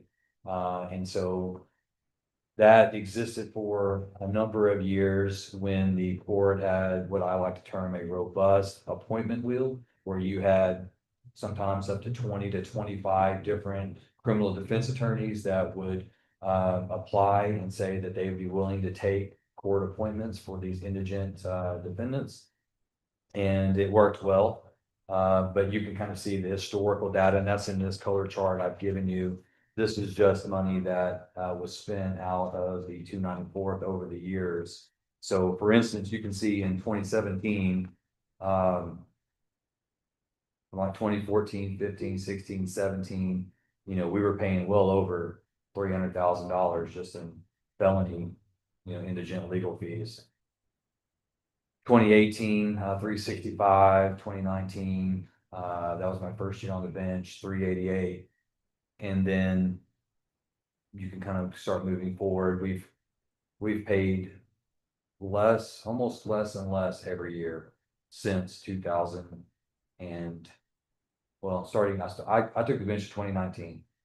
And so you can see from 2019 to current, or to 2025 at least, it's gone down over $100,000 easily. And so some of that has been in response to a movement away from this flat fee schedule that I provided you, and we went to the contract attorney model. And the reason we had to do that was because of the list of 20 to 25 attorneys that we would have on the indigent appointment list. We're no longer willing to take that. And so my list went down to like 2 attorneys and then 1 attorney. Well, 1 attorney cannot take all of the appointments out of the 294th. So we had to try to tackle the problem a different way. And that's when I came to the court and presented all of the different options between public defender's office, just for Van Dant County, sharing a public defender's office with other counties, the contract attorney system, and another. And I settled, in my recommendation, and what the Commissioner's Court ultimately approved was the contract attorney fee schedule. And that's worked well. I've had 2 contract attorneys, and that's the reason I'm here today. I've had 2 contract attorneys that I believe started in 2022. I think it was. I think we're Yes, yeah, we're on on the our 4th year, on the 4th year. Yeah. And so it's been a 2-year contract. And those contract attorneys were, as you're probably aware, Richard Schmidt and Jonathan Manning. And Mr. Schmidt has become the Republican nominee for the criminal district attorney's office. I don't believe that there's a Democrat, so that's a foregone conclusion after the November election that he will become DA in January of 2027. It's my understanding that Mr. Manning, my other contract attorney, will leave his contract and will take employment at the DA's office in January of 2027 also. So that puts the court in a little bit of a bind, because the way that our contract is set up is that once either the court or the contracting attorney gives notice as to termination of the contract, there's a mechanism for the continued representation of the clients that were appointed to that attorney. And the method is that the attorney would move from the contract and receiving a monthly amount, a salary, if you would, to the flat fee. And then they would take their cases individually and they would bill the court. And so we've never had to be in that situation before, but that's what the contract kind of contemplates, is the movement from the contract to a flat fee, so that people still get their Sixth Amendment rights to a court-appointed attorney. And so that new attorneys are not forced to take on all of the cases of the contract attorney. In other words, it's not set up to where I can say, I want to be on the contract for a year, accumulate 200 cases, set all in for trial, and then just say, hey, bye, I'm gone. I'm terminating the contract and you go live your life. You took your money and you're gone. You're still responsible for the legal representation of those defendants. And per the contract, you are agreeing to do it by moving to the flat fee schedule. Obviously, you can see what the issue is going to be. Right? And Mr. Schmidt has given me notice that he will come off the contract October 1st of this year. Mr. Manning has given me notice, or I've given him notice, and we've agreed that he will come off November 1st of this year. The issue is going to be, and the reason I'm here today, is that when Mr. Schmidt and Mr. Manning become employees of the county in the DA's office, whatever cases they have pending at that time, I'm going to have to appoint to someone to represent them, because they're not able to obviously represent both the state and the defense at the same time. You know, in private practice, if they move from their contract back into private practice, there's no conflict of interest of representing, different sides. They would just be paid differently. Well, here that it's going to create a conflict of interest and a legal impossibility for them to be both prosecutor and defense attorney. That means that I'm going to have to make the appointments, and I don't have an appointment wheel. Okay.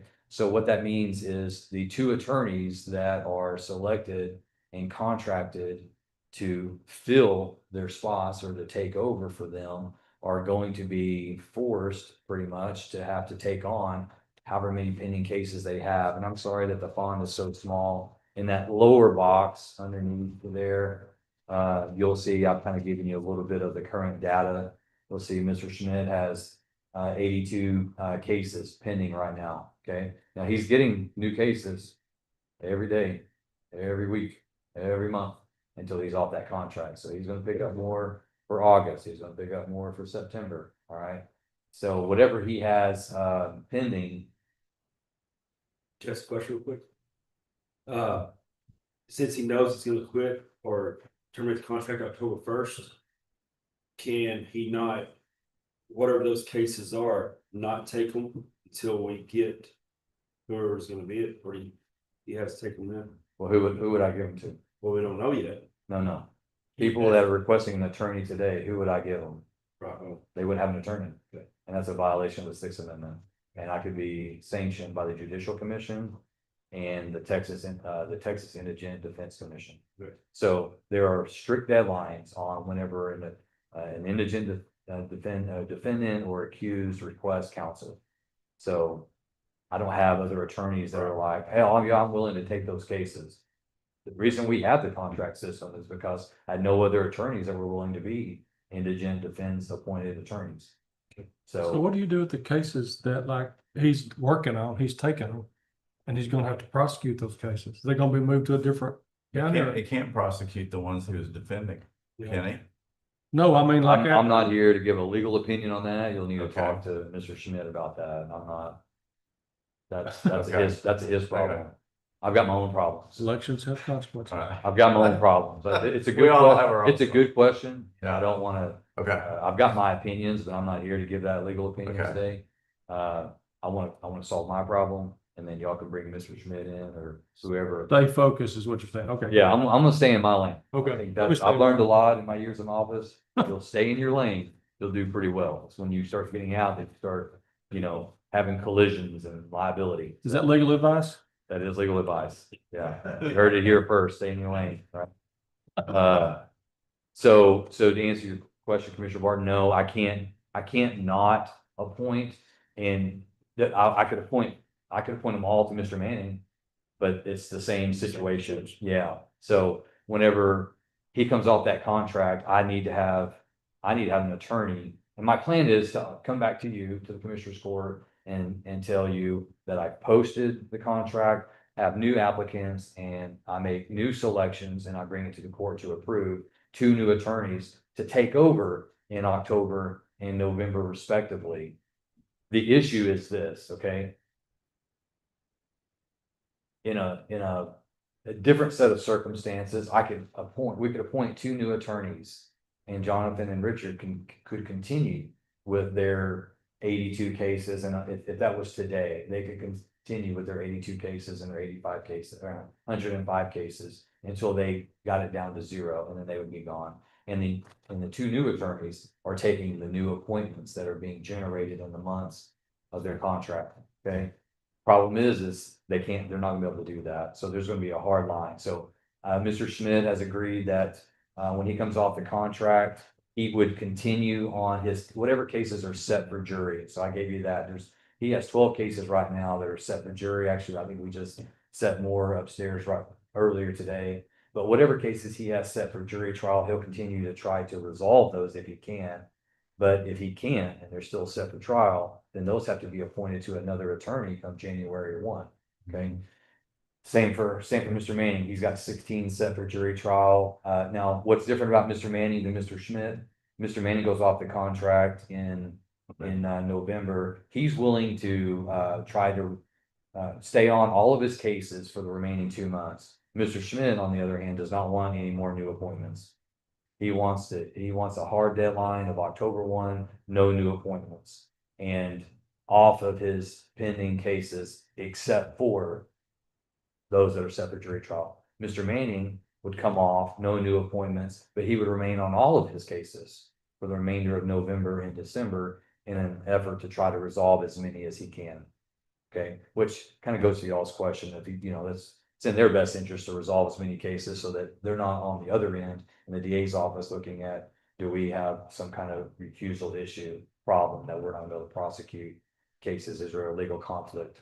So the reason I'm here today is because I can't, in anticipation of this, the budget that I submitted, the 275, and the reason I submitted 275, originally it was 325, and then last fiscal year we cut it because of the deficit to 275, and that worked. But now that Mr. Schmidt and Mr. Manning are terminating their contracts and going into the DA's office, the 2 contract attorneys that get appointed are ultimately going to have to take over this existing caseload of these 2 attorneys.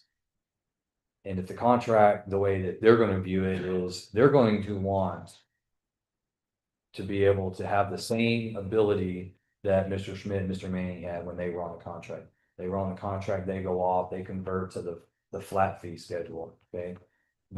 These contract attorneys are going to want their monthly new appointment contract, and they're going to want to be compensated for having to take over 100 cases instantaneously. It's a lot different than if you're a contract attorney and you say, hey, Judge, I'll take your contract. And I say, okay, I'm going to appoint you 10 cases for August. And you can go and meet with these 10 individuals, start strategizing, working with the state. Quite different when the judge says, hey, here's 100 cases, 15 are set for trial,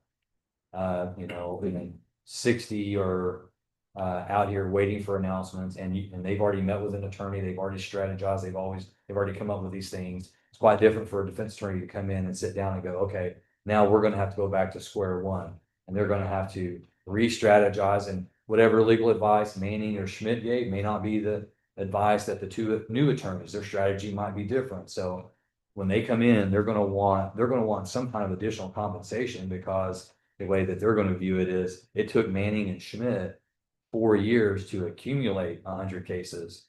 They're gonna get it day one. So they're saying, we're not sure that we'd want to do this contract because financially it wouldn't be fair to them.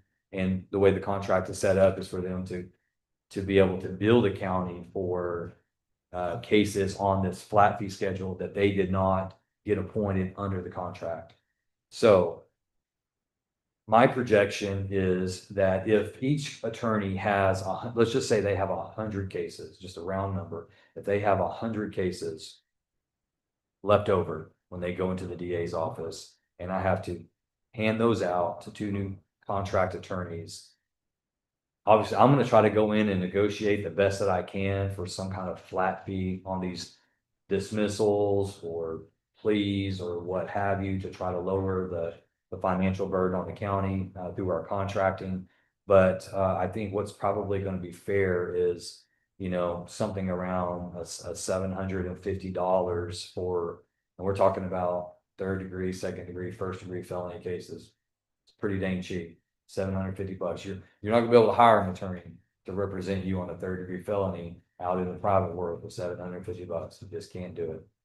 So my estimate is, worst case scenario, the county has to come up with an additional $150,000 on top of the $275. Potentially. Now, would all of that happen in FY 27? Probably not.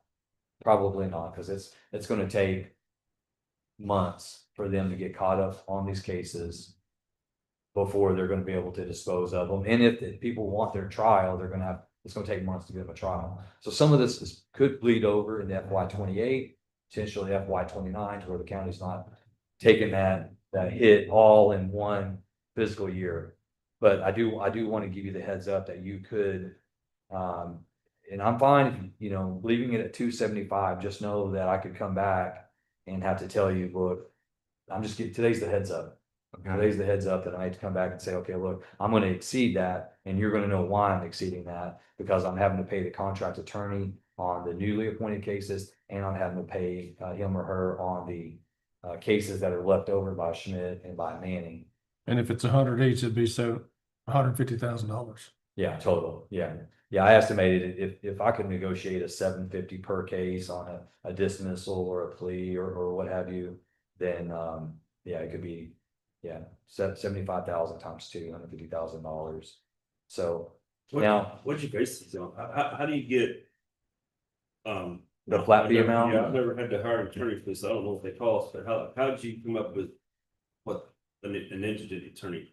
Historically, what we have paid in the past, plus what is competitive with other indigent fee schedules in surrounding counties. Smith's gone to the contracts too, but surrounding counties, contiguous counties. So that's what these amounts are. And we increased these amounts over the years, but they're still pretty low. But that's my concern, is I didn't want you to go through the budget process and then set the indigent legal for and we're just talking about the 294s. I'm not talking about this money doesn't cover Judge Winters. He has his own indigent legal. So this is just contract attorneys and out of the felony court, out of the district court. He carries his own indigent legal. Now, I think a positive is that Manning and Schmidt, they're not on a bunch of cases down in the misdemeanor court, because most of the times, if they were being resolved down there, or they moved them up to my court and they've resolved them, where they're trying to resolve them upstairs. So I don't think this problem exists in Judge Winter's court, because he doesn't have contract attorneys, so they're not getting the majority of the appointments. They are. And so another important stat there, if you look at percentage of indigent attorney, that just tells you, out of all of those cases that you see filed, what percentage are those cases were given up indigent attorney? So, and you know, over half the cases in 2005, but you know, that number is lower than what it has been historically in the past. Like 2017, 95% of those cases got indigent attorneys. So how do we? I'm glad Kevin's here, because it's all gonna tie together. I don't know the answers, I'm just gonna ask the question. So like, you look at 14, 15, 16, 17, you're talking about 800 felony charges filed. Our population has gone up 11,000, but the felony charges have gone down 300. Why is that? Just because The judge less changed. felonies, or like? Well, 2020, when we had COVID, there were a lot of things that did not get charged and did not get, because of COVID. I don't think it's because the judge changed. Well, I mean, you can, I'm just saying, you look at, I'm not blaming you on that. I'm just saying, like, you run a tighter ship from 2019, just on the attorney fees paid, it went down significantly, like. Sure. Right. Yeah. We've been very conservative at how we've approached it. In the contract, beginning in 22 has really helped that. It just seemed like to me, the more people, the more felony charges would be filed. Well, I don't file charges. You got to think about who files charges. So who files charges? The district. I don't know. I'm not a third. I'm not in that realm up there. But you know, District I attorney. know. Okay. the DA files charges. So, you know, just like I heard the sheriff say the other day, he's not in control of you know, who gets arrested or who gets brought to the jail. I'm not in charge of who goes to the grand jury and how many cases come out. So my next question is, and this is with you and Kevin, like it says, Manning has 16 set for jury trial, and Schmidt has 12. I mean, it's 28 cases that are jury trials. Do we need a second district court, or how can we speed up the process? Because we're spending over $500,000 now to Henderson County trying to house their inmates. How do we speed up this process? Well, when did that become a problem? Well, I think this Has it been a long lasting problem?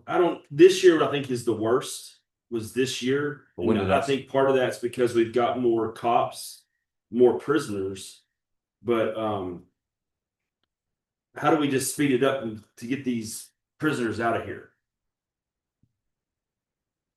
Well, in order to do that, you'd have to look at the whole criminal justice process, from arrest to charging decision to court to disposition and trial. So after someone is arrested, there's an investigation. The case is presented, it is investigated, written up in the investigating agency, be that the sheriff's office or one of our municipalities or DPS, and then that goes to the DA's office. DA's office then evaluates the case and decides whether there's probable cause to go forward, whether they think they can get a conviction beyond a reasonable doubt. They make their decision. They file the misdemeanors directly. They reject cases that they don't think have legal or factual sufficiency. And then felonies get presented to the grand jury.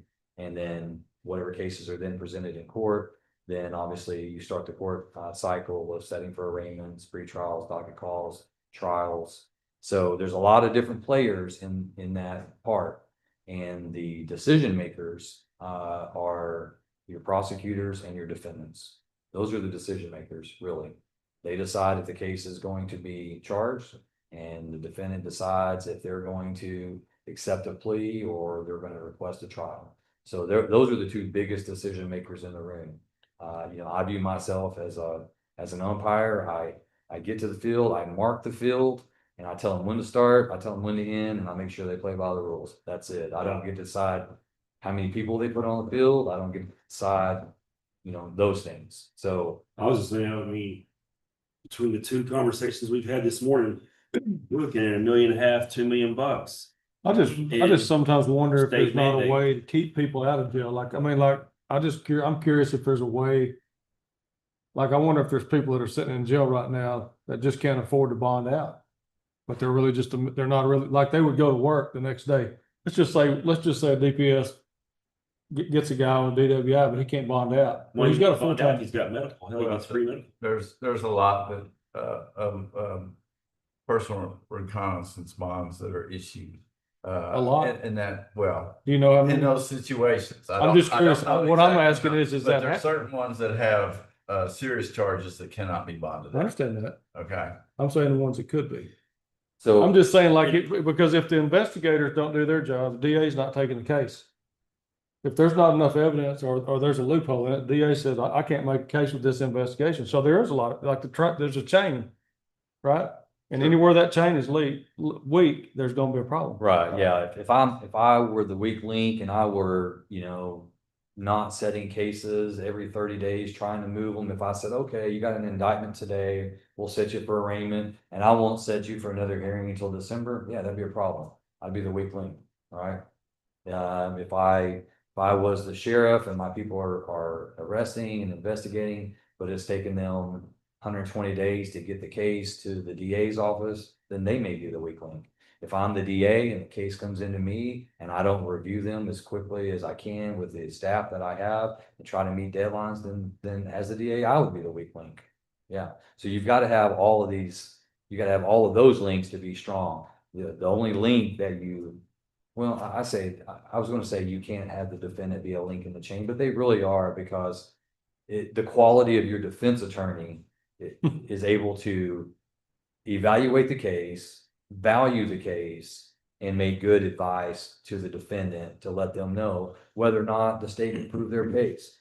Likewise, you got to have good prosecutors that are able to look at the case, evaluate the case, and value the case and know whether or not they can win it or not. And if they can't, then obviously that's usually reflected either in their disposition, whether it's a dismissal, rejection, or a plea agreement. But yeah, you've got.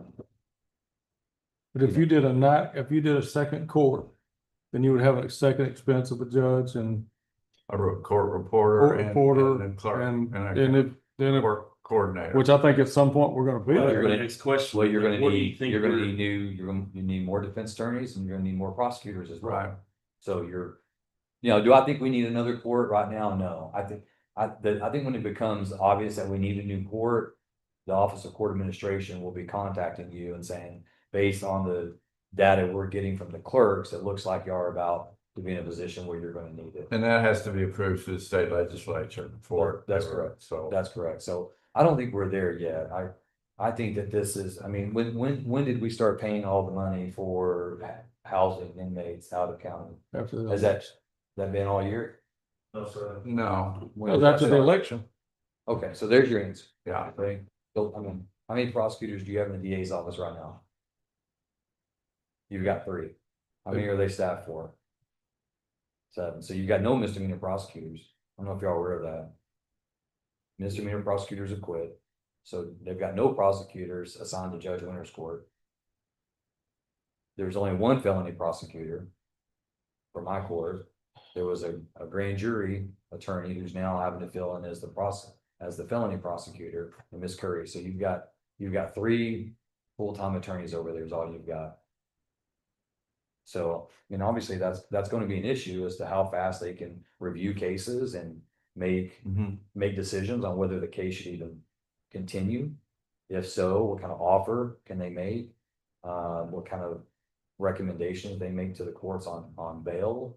Whether they can assist in PR bonds because of medical issues or what have you. So I know that office is struggling with staff right now, leaving and not being fully staffed. So I guess the concern was not as a court, but as all of us are taxpayers.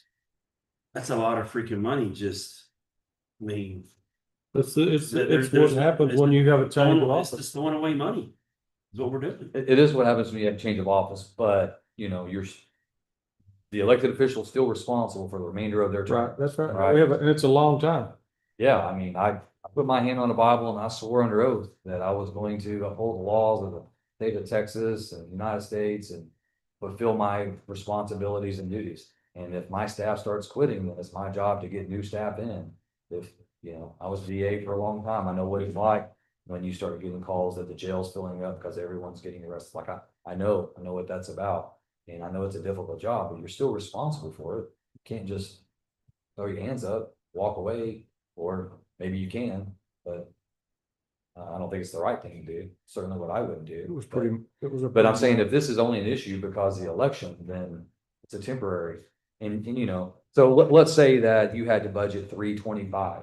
Let's say that I'm right and there's an additional $150,000 that has to be paid out to handle these indigent cases. If you look through the historical data, in 2017, you paid 454,000.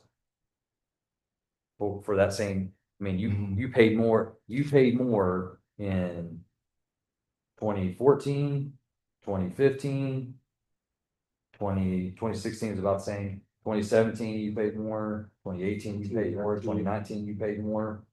And it wasn't until less cases were being filed, population is growing, that you get less cases and it goes down. I think the number of cases, if you look at the felony charges filed, all this comes from. But you said also, excuse me for interrupting, that Judge Drum changed the method of charging from and put in fixed fees somewhere along the line because of the increasing cost. Yeah, I think, I'm not sure when exactly, but I want to say it was probably around that 2017. Okay. We went to, and that's probably why you see the reduction of Okay. 90-something I was thousand. going to probably. fix instead of, okay. Mhm. So it's safe to say that this next year is gonna be really expensive, and then we don't know how the other offices are gonna do, but they do what it's supposed to do, it's not gonna go down. Well, it would go down because you don't have the duplication of, You got more cases, more indigent, more money.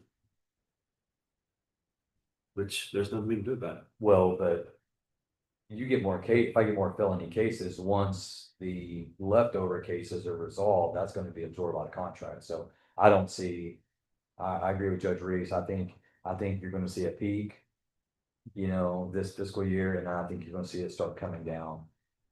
yeah, Now, probably about March of next year. Even if more cases are filed, my contracts handle up to 400 cases of indigents. So actually, and that's a rolling 400. That's not 400 total. So, but We can grab, like, we can price our rates all we want to, but we have to pay it no matter what it is, so. we have to pay it. But you know, I think we're still doing our dead level best for the taxpayers in working these two systems, the contract and the flat fee. Because some counties, you know, they allow them to charge $100 an hour, and they're not on any kind. They're just $100 an hour. And you show up, and if it takes 8 hours for your case gets called, and you know you've made $800. So pick your brain.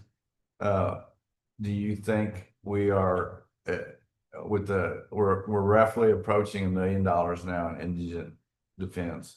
Do you think a public defender's office would be appropriate for our county? I do not. And I had this discussion, Judge Winters and I evaluated the public defender system before we went into contract attorneys. We evaluated that with Judge Kirkpatrick. We looked at what it would cost for us to have our own public defender's office to share with either Wood County, Henderson County, or Kaufman County. And in my conversations with other judges in surrounding counties, they were not, they indicated to me that they did not think that was financially a good idea, and they expressed frustration and concern over their own public defenders and the cost associated with them versus what they get out of them. So no, I don't think a public defender, I think it only increases the amount of money because you're bringing on not only salary, but you're bringing on fringe and healthcare and retirement and physical buildings. But then you got to provide for the physical building. We get that problem solved. And then services, you got to provide for services. Now, so to answer your question directly, no, I don't believe that a public defender, only because we've looked at that system and it doesn't seem to be what we would need at our size and our case count. Because I mean, look, this contract attorney, I mean, system has been working great. If you look from when we started in 22 and look how much we paid versus what we were paying 10 years ago, 12 years ago, it's working. So Mhm. I don't think you would get rid of that system now. If we were, I mean, even Smith County doesn't have a public defender's office, so maybe when you grow in size, potentially, maybe. But no, I don't believe it would Is there a be pretty in our good, best interest. is there a pretty good pool? I mean, I don't know. It's like, is there a pretty good pool of people to be prosecuted, like for the DA's office? Is there a good group of people he has to, is it gonna be hard for him to staff his office? I'm just curious, like I'm not, is there quite a few people like that available? Do you know? I think historically, most prosecutors' offices are training grounds for attorneys. So you tend to get younger attorneys who are just either coming out of law school or they're early in their career and they're trying to establish themselves in their career and they're looking for trial experience because a lot of times you can't get trial experience but at the DA's office because defendants try to avoid trial in civil cases, avoid trial. So people naturally go to the DA's office because they know they can get a trial every month.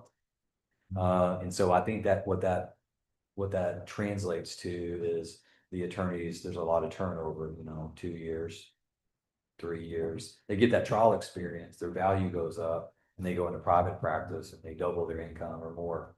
So, and then on the other end of the career spectrum, I think that you have attorneys that are coming wanting to retire. Maybe they're looking for healthcare, maybe they're looking for retirement, maybe they're looking for a 8 to 5, 9 to 5, and they want to get out of the private practice hustle. And so you have a tendency to get both sides of that, but rarely anyone in the middle. So if you look at our current DA's office over the past 4 years, you would see that you get really young and inexperienced, and they're smart individuals. They're gonna get that experience, or they've done a lot of things and they get a different transition in their life. So, is it going to be hard? It depends on what he's able, my opinion, able to compensate them with to attract talent. Y'all have had that discussion about raises and what it takes to get good, talented people here, but you are dealing with professionals who have, 7 years of education. Some have student loans, but they got this professional degree. And so they want to be, high yield earners. And so you're not going to get that in the DA's office. So you're usually going to be selecting your people from those two pools, the young, hungry, that you're going to spend some time and money training, and they're going to be gone pretty soon, or they're going to get poached by another bigger DA's office that pays them $20,000, $30,000, $40,000 more a year that are close by. You don't have to go far to Dallas or Tyler or Gregg County over in Longview, or you're getting people that are retiring. So I think I paid attention one time to over the past few years, like where do our prosecutors live? And just recently, we've got more prosecutors who work here that live here. But I think there was a time when we didn't have one assistant DA that lived in our county. Wow. So, do I think it's going to be difficult? I think it's going to be a challenge, but there will be people that want that challenge, and there will be people that will come.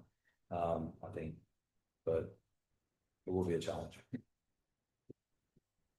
So anyway, it's not all negative today. Yeah, it's. I know you are trying to tighten the belt and cut spending, but even though we may have a blip, I think it's going to be a blip this year into the next fiscal year of handling this transition from 2 contract attorneys who are becoming 2 prosecutors and filling that issue, solving that issue. If you look at what we have saved historically, it's really not as bleak as it seems, because we could have been paying $454,000 like we were in 2017 for the last 6 years, but we haven't been. So I think where the taxpayers have saved significantly over the past few years because of decisions I've made, because of decisions you've made, because of decisions the DA's made, the taxpayers have benefited from that. So because it is going to be a little bit it's going to be a transition, we're going to see an increased cost. It's not really the outlook, in my opinion, is not bleak. It's just something we got to get through. It's going to be an unanticipated expense because no one rarely, I don't know of any other counties that have dealt with two contract defense attorneys flipping an election and becoming the prosecutors. I haven't seen that. And so I can't call up the judge in another county, but hey, how'd y'all handle this? So, but if we have to pay $325 this year, that's still a savings over the course since 2014. But I think it's going to be a blip. I think it's going to be temporary. And it's not, and I don't think it's going to be all at once. I think we're going to spread that out. And I'm going to continue to work with whoever the contract attorneys that come in and see if I can't lower that, see if I can't negotiate a lower flat fee rate to try to help in that respect. Because like you, I know every dollar counts. Every dollar that we can save here, we can allocate to whatever other services or other department is needing it in the county or building plans. What's that? We can always try to do better. We can always try to do better, so. Actually, it's interesting to look at 2020 and 2021 because of COVID. Yeah. The crime didn't, I'm sure crime didn't drop. The crime rates didn't drop. Well, it did. Did it really? It did drop. Yes. Everybody's at home. Well, I think if you look at that though, there's a direct correlation to an increase of family violence after COVID because people were at home, so you had more fighting. People were on top of each other. But if you go and do the research, there was a peak in family violence. So what do you think, what do you think drove those numbers down though? If if family violence went up, this is for another day. We'll talk about it some other time, but I'm just curious, like what happened in that year in y'all's court system to drive those numbers down? As the number of cases filed? No, the attorney fees were lower then. Like 222, 215, then it went back up in 2022 to 263, 264, 272. You see what I'm saying? Yeah. Just curious, less cases or It's more cases, less money. what that was? Well, it's less cases. 21 and 22 were less cases than 20. And COVID was 543 cases filed. So there were more filed in 20 than 21 and 22 and 23 and 24 and 25. That's what it makes sense to me. Less cases and Less cases filed. So yeah. that you still have other cases where there's arrest and rejections by the DA's office. People still be arrested and it never shows up on this chart because the DA's office either rejected the charges, grand jury no billed them. Okay, so what I'm getting at is, because I'm getting at something like just the same amount of arrests and less cases. Why? Like that's what I'd like to know. Yeah, It's the same thing with this glass. Like this glass is full of air. It's gonna be full of something. Yeah. I'm just saying, do we have, in a year where we've got COVID problems, do we have more leeway to make a deal or not press charges or? You see what I'm saying? Like the human factor in it, that's the subjective thing. Is there in the legal system, is there room for subjection? Sure. Like, yeah. so sometimes like you say, well, it's just a tough year. We're gonna let that go. No, sure. Yeah. Our system works the way it does because it is gifted with discretion. I have some judicial discretion. The DA has prosecutorial discretion, and the arresting agencies officers, they have officer discretion on whether they're going to file a case, make an arrest. DAs get the ability to say whether they're going to bring charges or not. And then my discretion is limited to whether I'm going to accept a plea agreement or not. I don't or whether I'm going to require them to go to. I can't say, well, yeah, I see that you are offering this, but I'm going to give you this. I can't do that. So my discretion is a little less, but on the human factor of whether or not those cases ever get filed, that's going to begin and end with your arresting agencies and your prosecutors.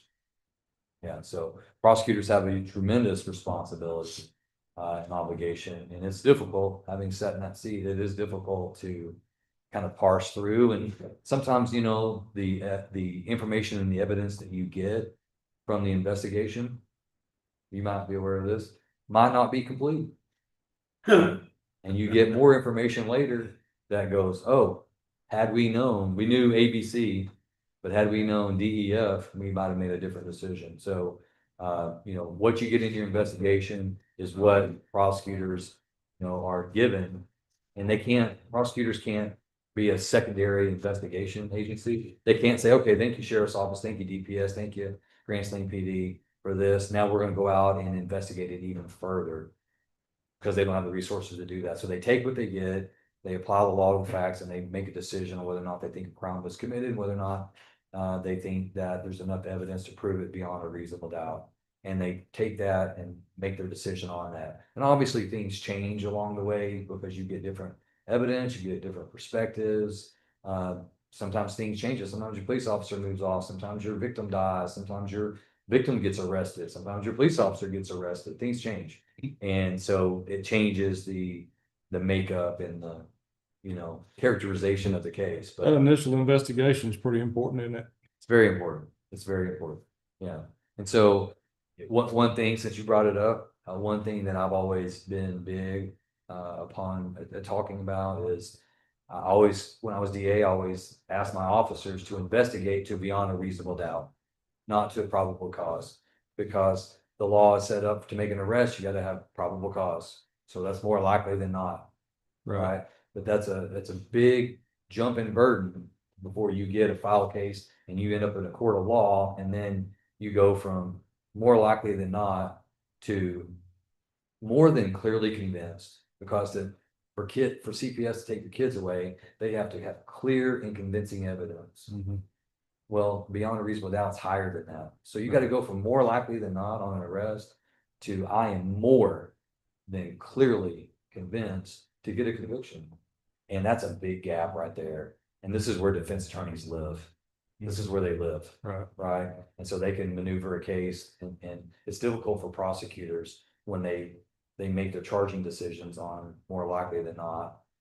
So I always ask my police officers in your initial investigation, hey, will you investigate to beyond a reasonable doubt? Now, what are their limitations? They don't have all the time in the world to go talk to every witness and spend an inordinate amount of time, but they got to do what's required, you know, which is probable cause. And so they've got to deal with what time they have, what resources they have, because, you know, the 911 call, they don't stop coming in, you know.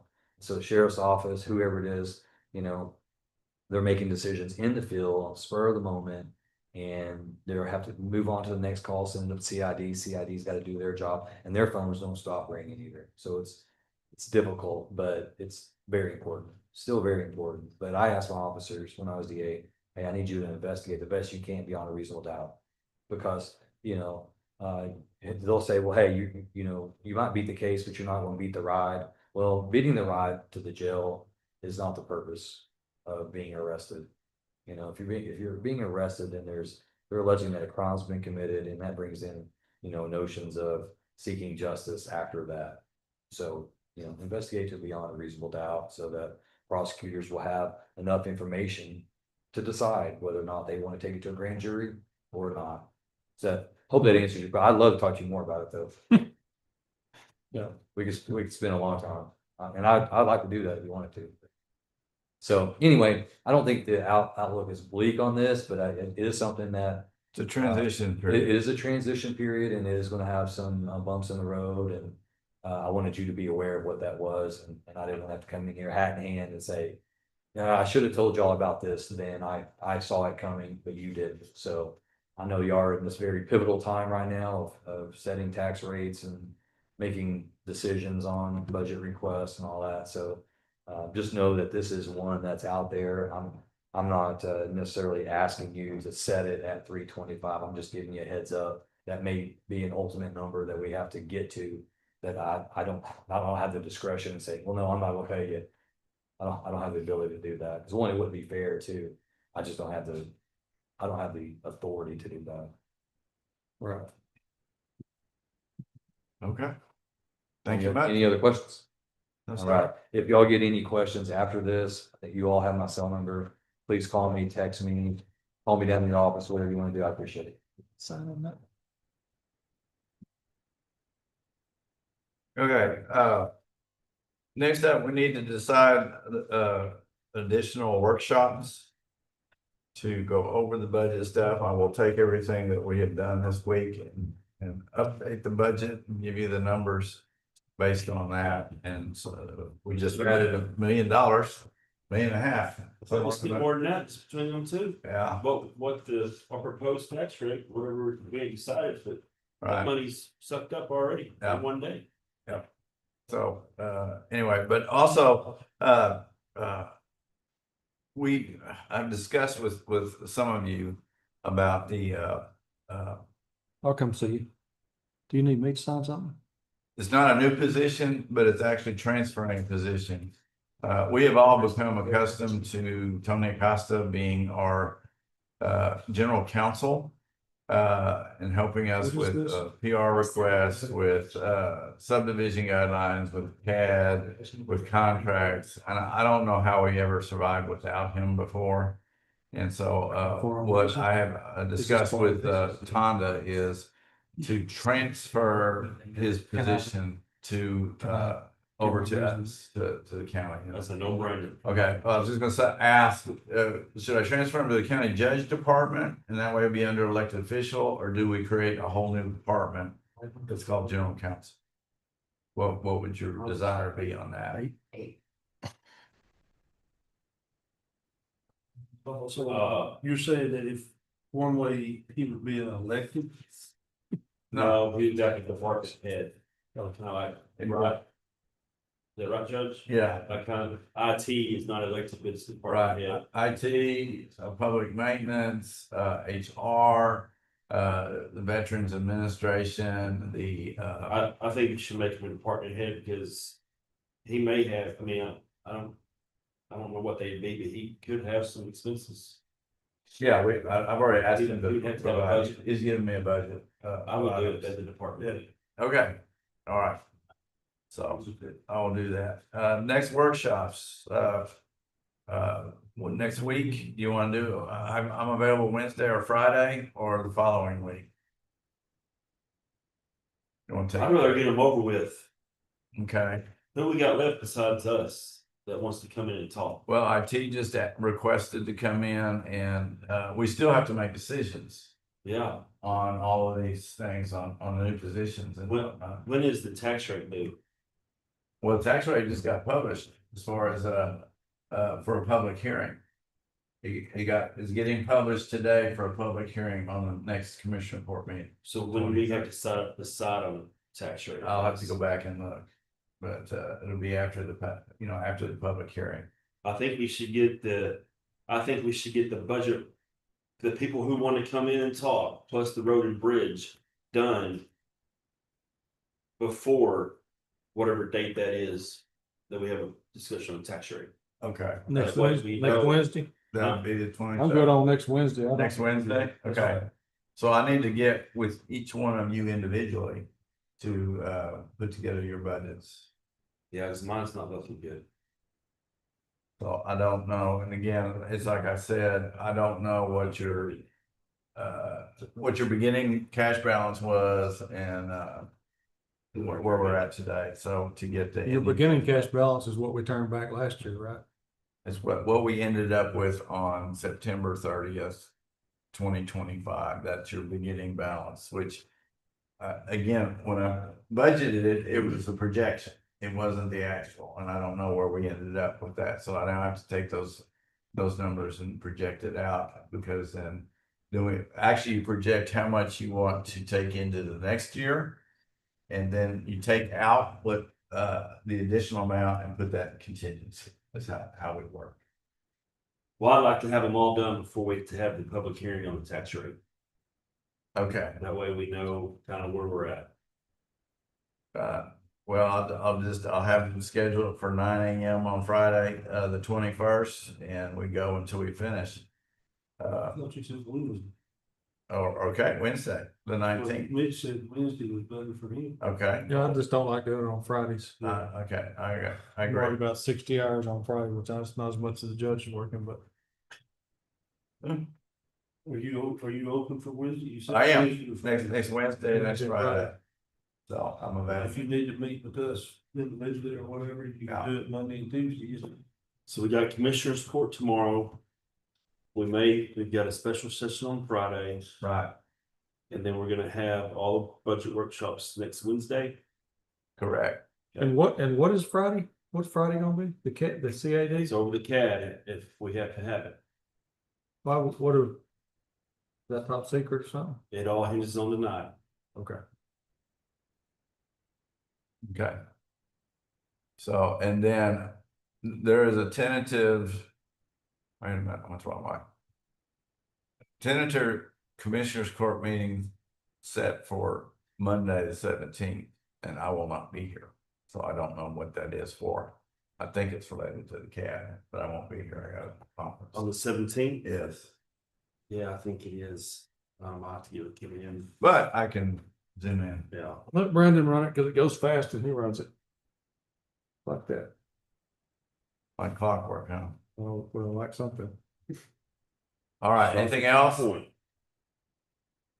If there is nothing else, our meeting is now over at 12:08. Don't leave, Judge. So Friday, at what time is that special session? 9? Look at your calendar, putting it in my calendar. Trying to get to my calendar. Friday. It's at 2. 2. Okay. It's Friday, and then Next Wednesday, next 9 Wednesday. a.m. Okay. Next Wednesday at 9 a.m. is Commissioners Court. No, it's budget Oh, yeah, workshop. Budget workshop. And between now and then, we need to have all of our, you need to meet with us individually. Right, so that I can make sure I have all your numbers updated. We could go to the Dairy Palace and you could buy me supper. And I'll tell you what I want. I think she'll work That's the a great idea. other way around. I think it'll work the other way around. Well, that could be looked at wrong, but Yeah. other way around, you'd be saying, let's go to Four Winds. Yeah, Adjourn. we're adjourned. You can hang around if you want to, Bobby. What to do? Really? That's all being laid out. It should be the same. All right. So Commissioners Court tomorrow, Friday. You said that was at 2:00, Fred? 2 o'clock Friday, that is correct. I didn't say. What else do I have to do? I see Scott on to Zoom. 2 o'clock Friday, maybe. Yes. Is that right? We might not have to meet Friday May not have to, we know tomorrow.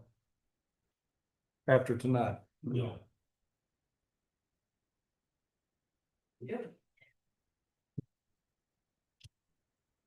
Hold on. Y'all two need to hold on. We gotta get out of here.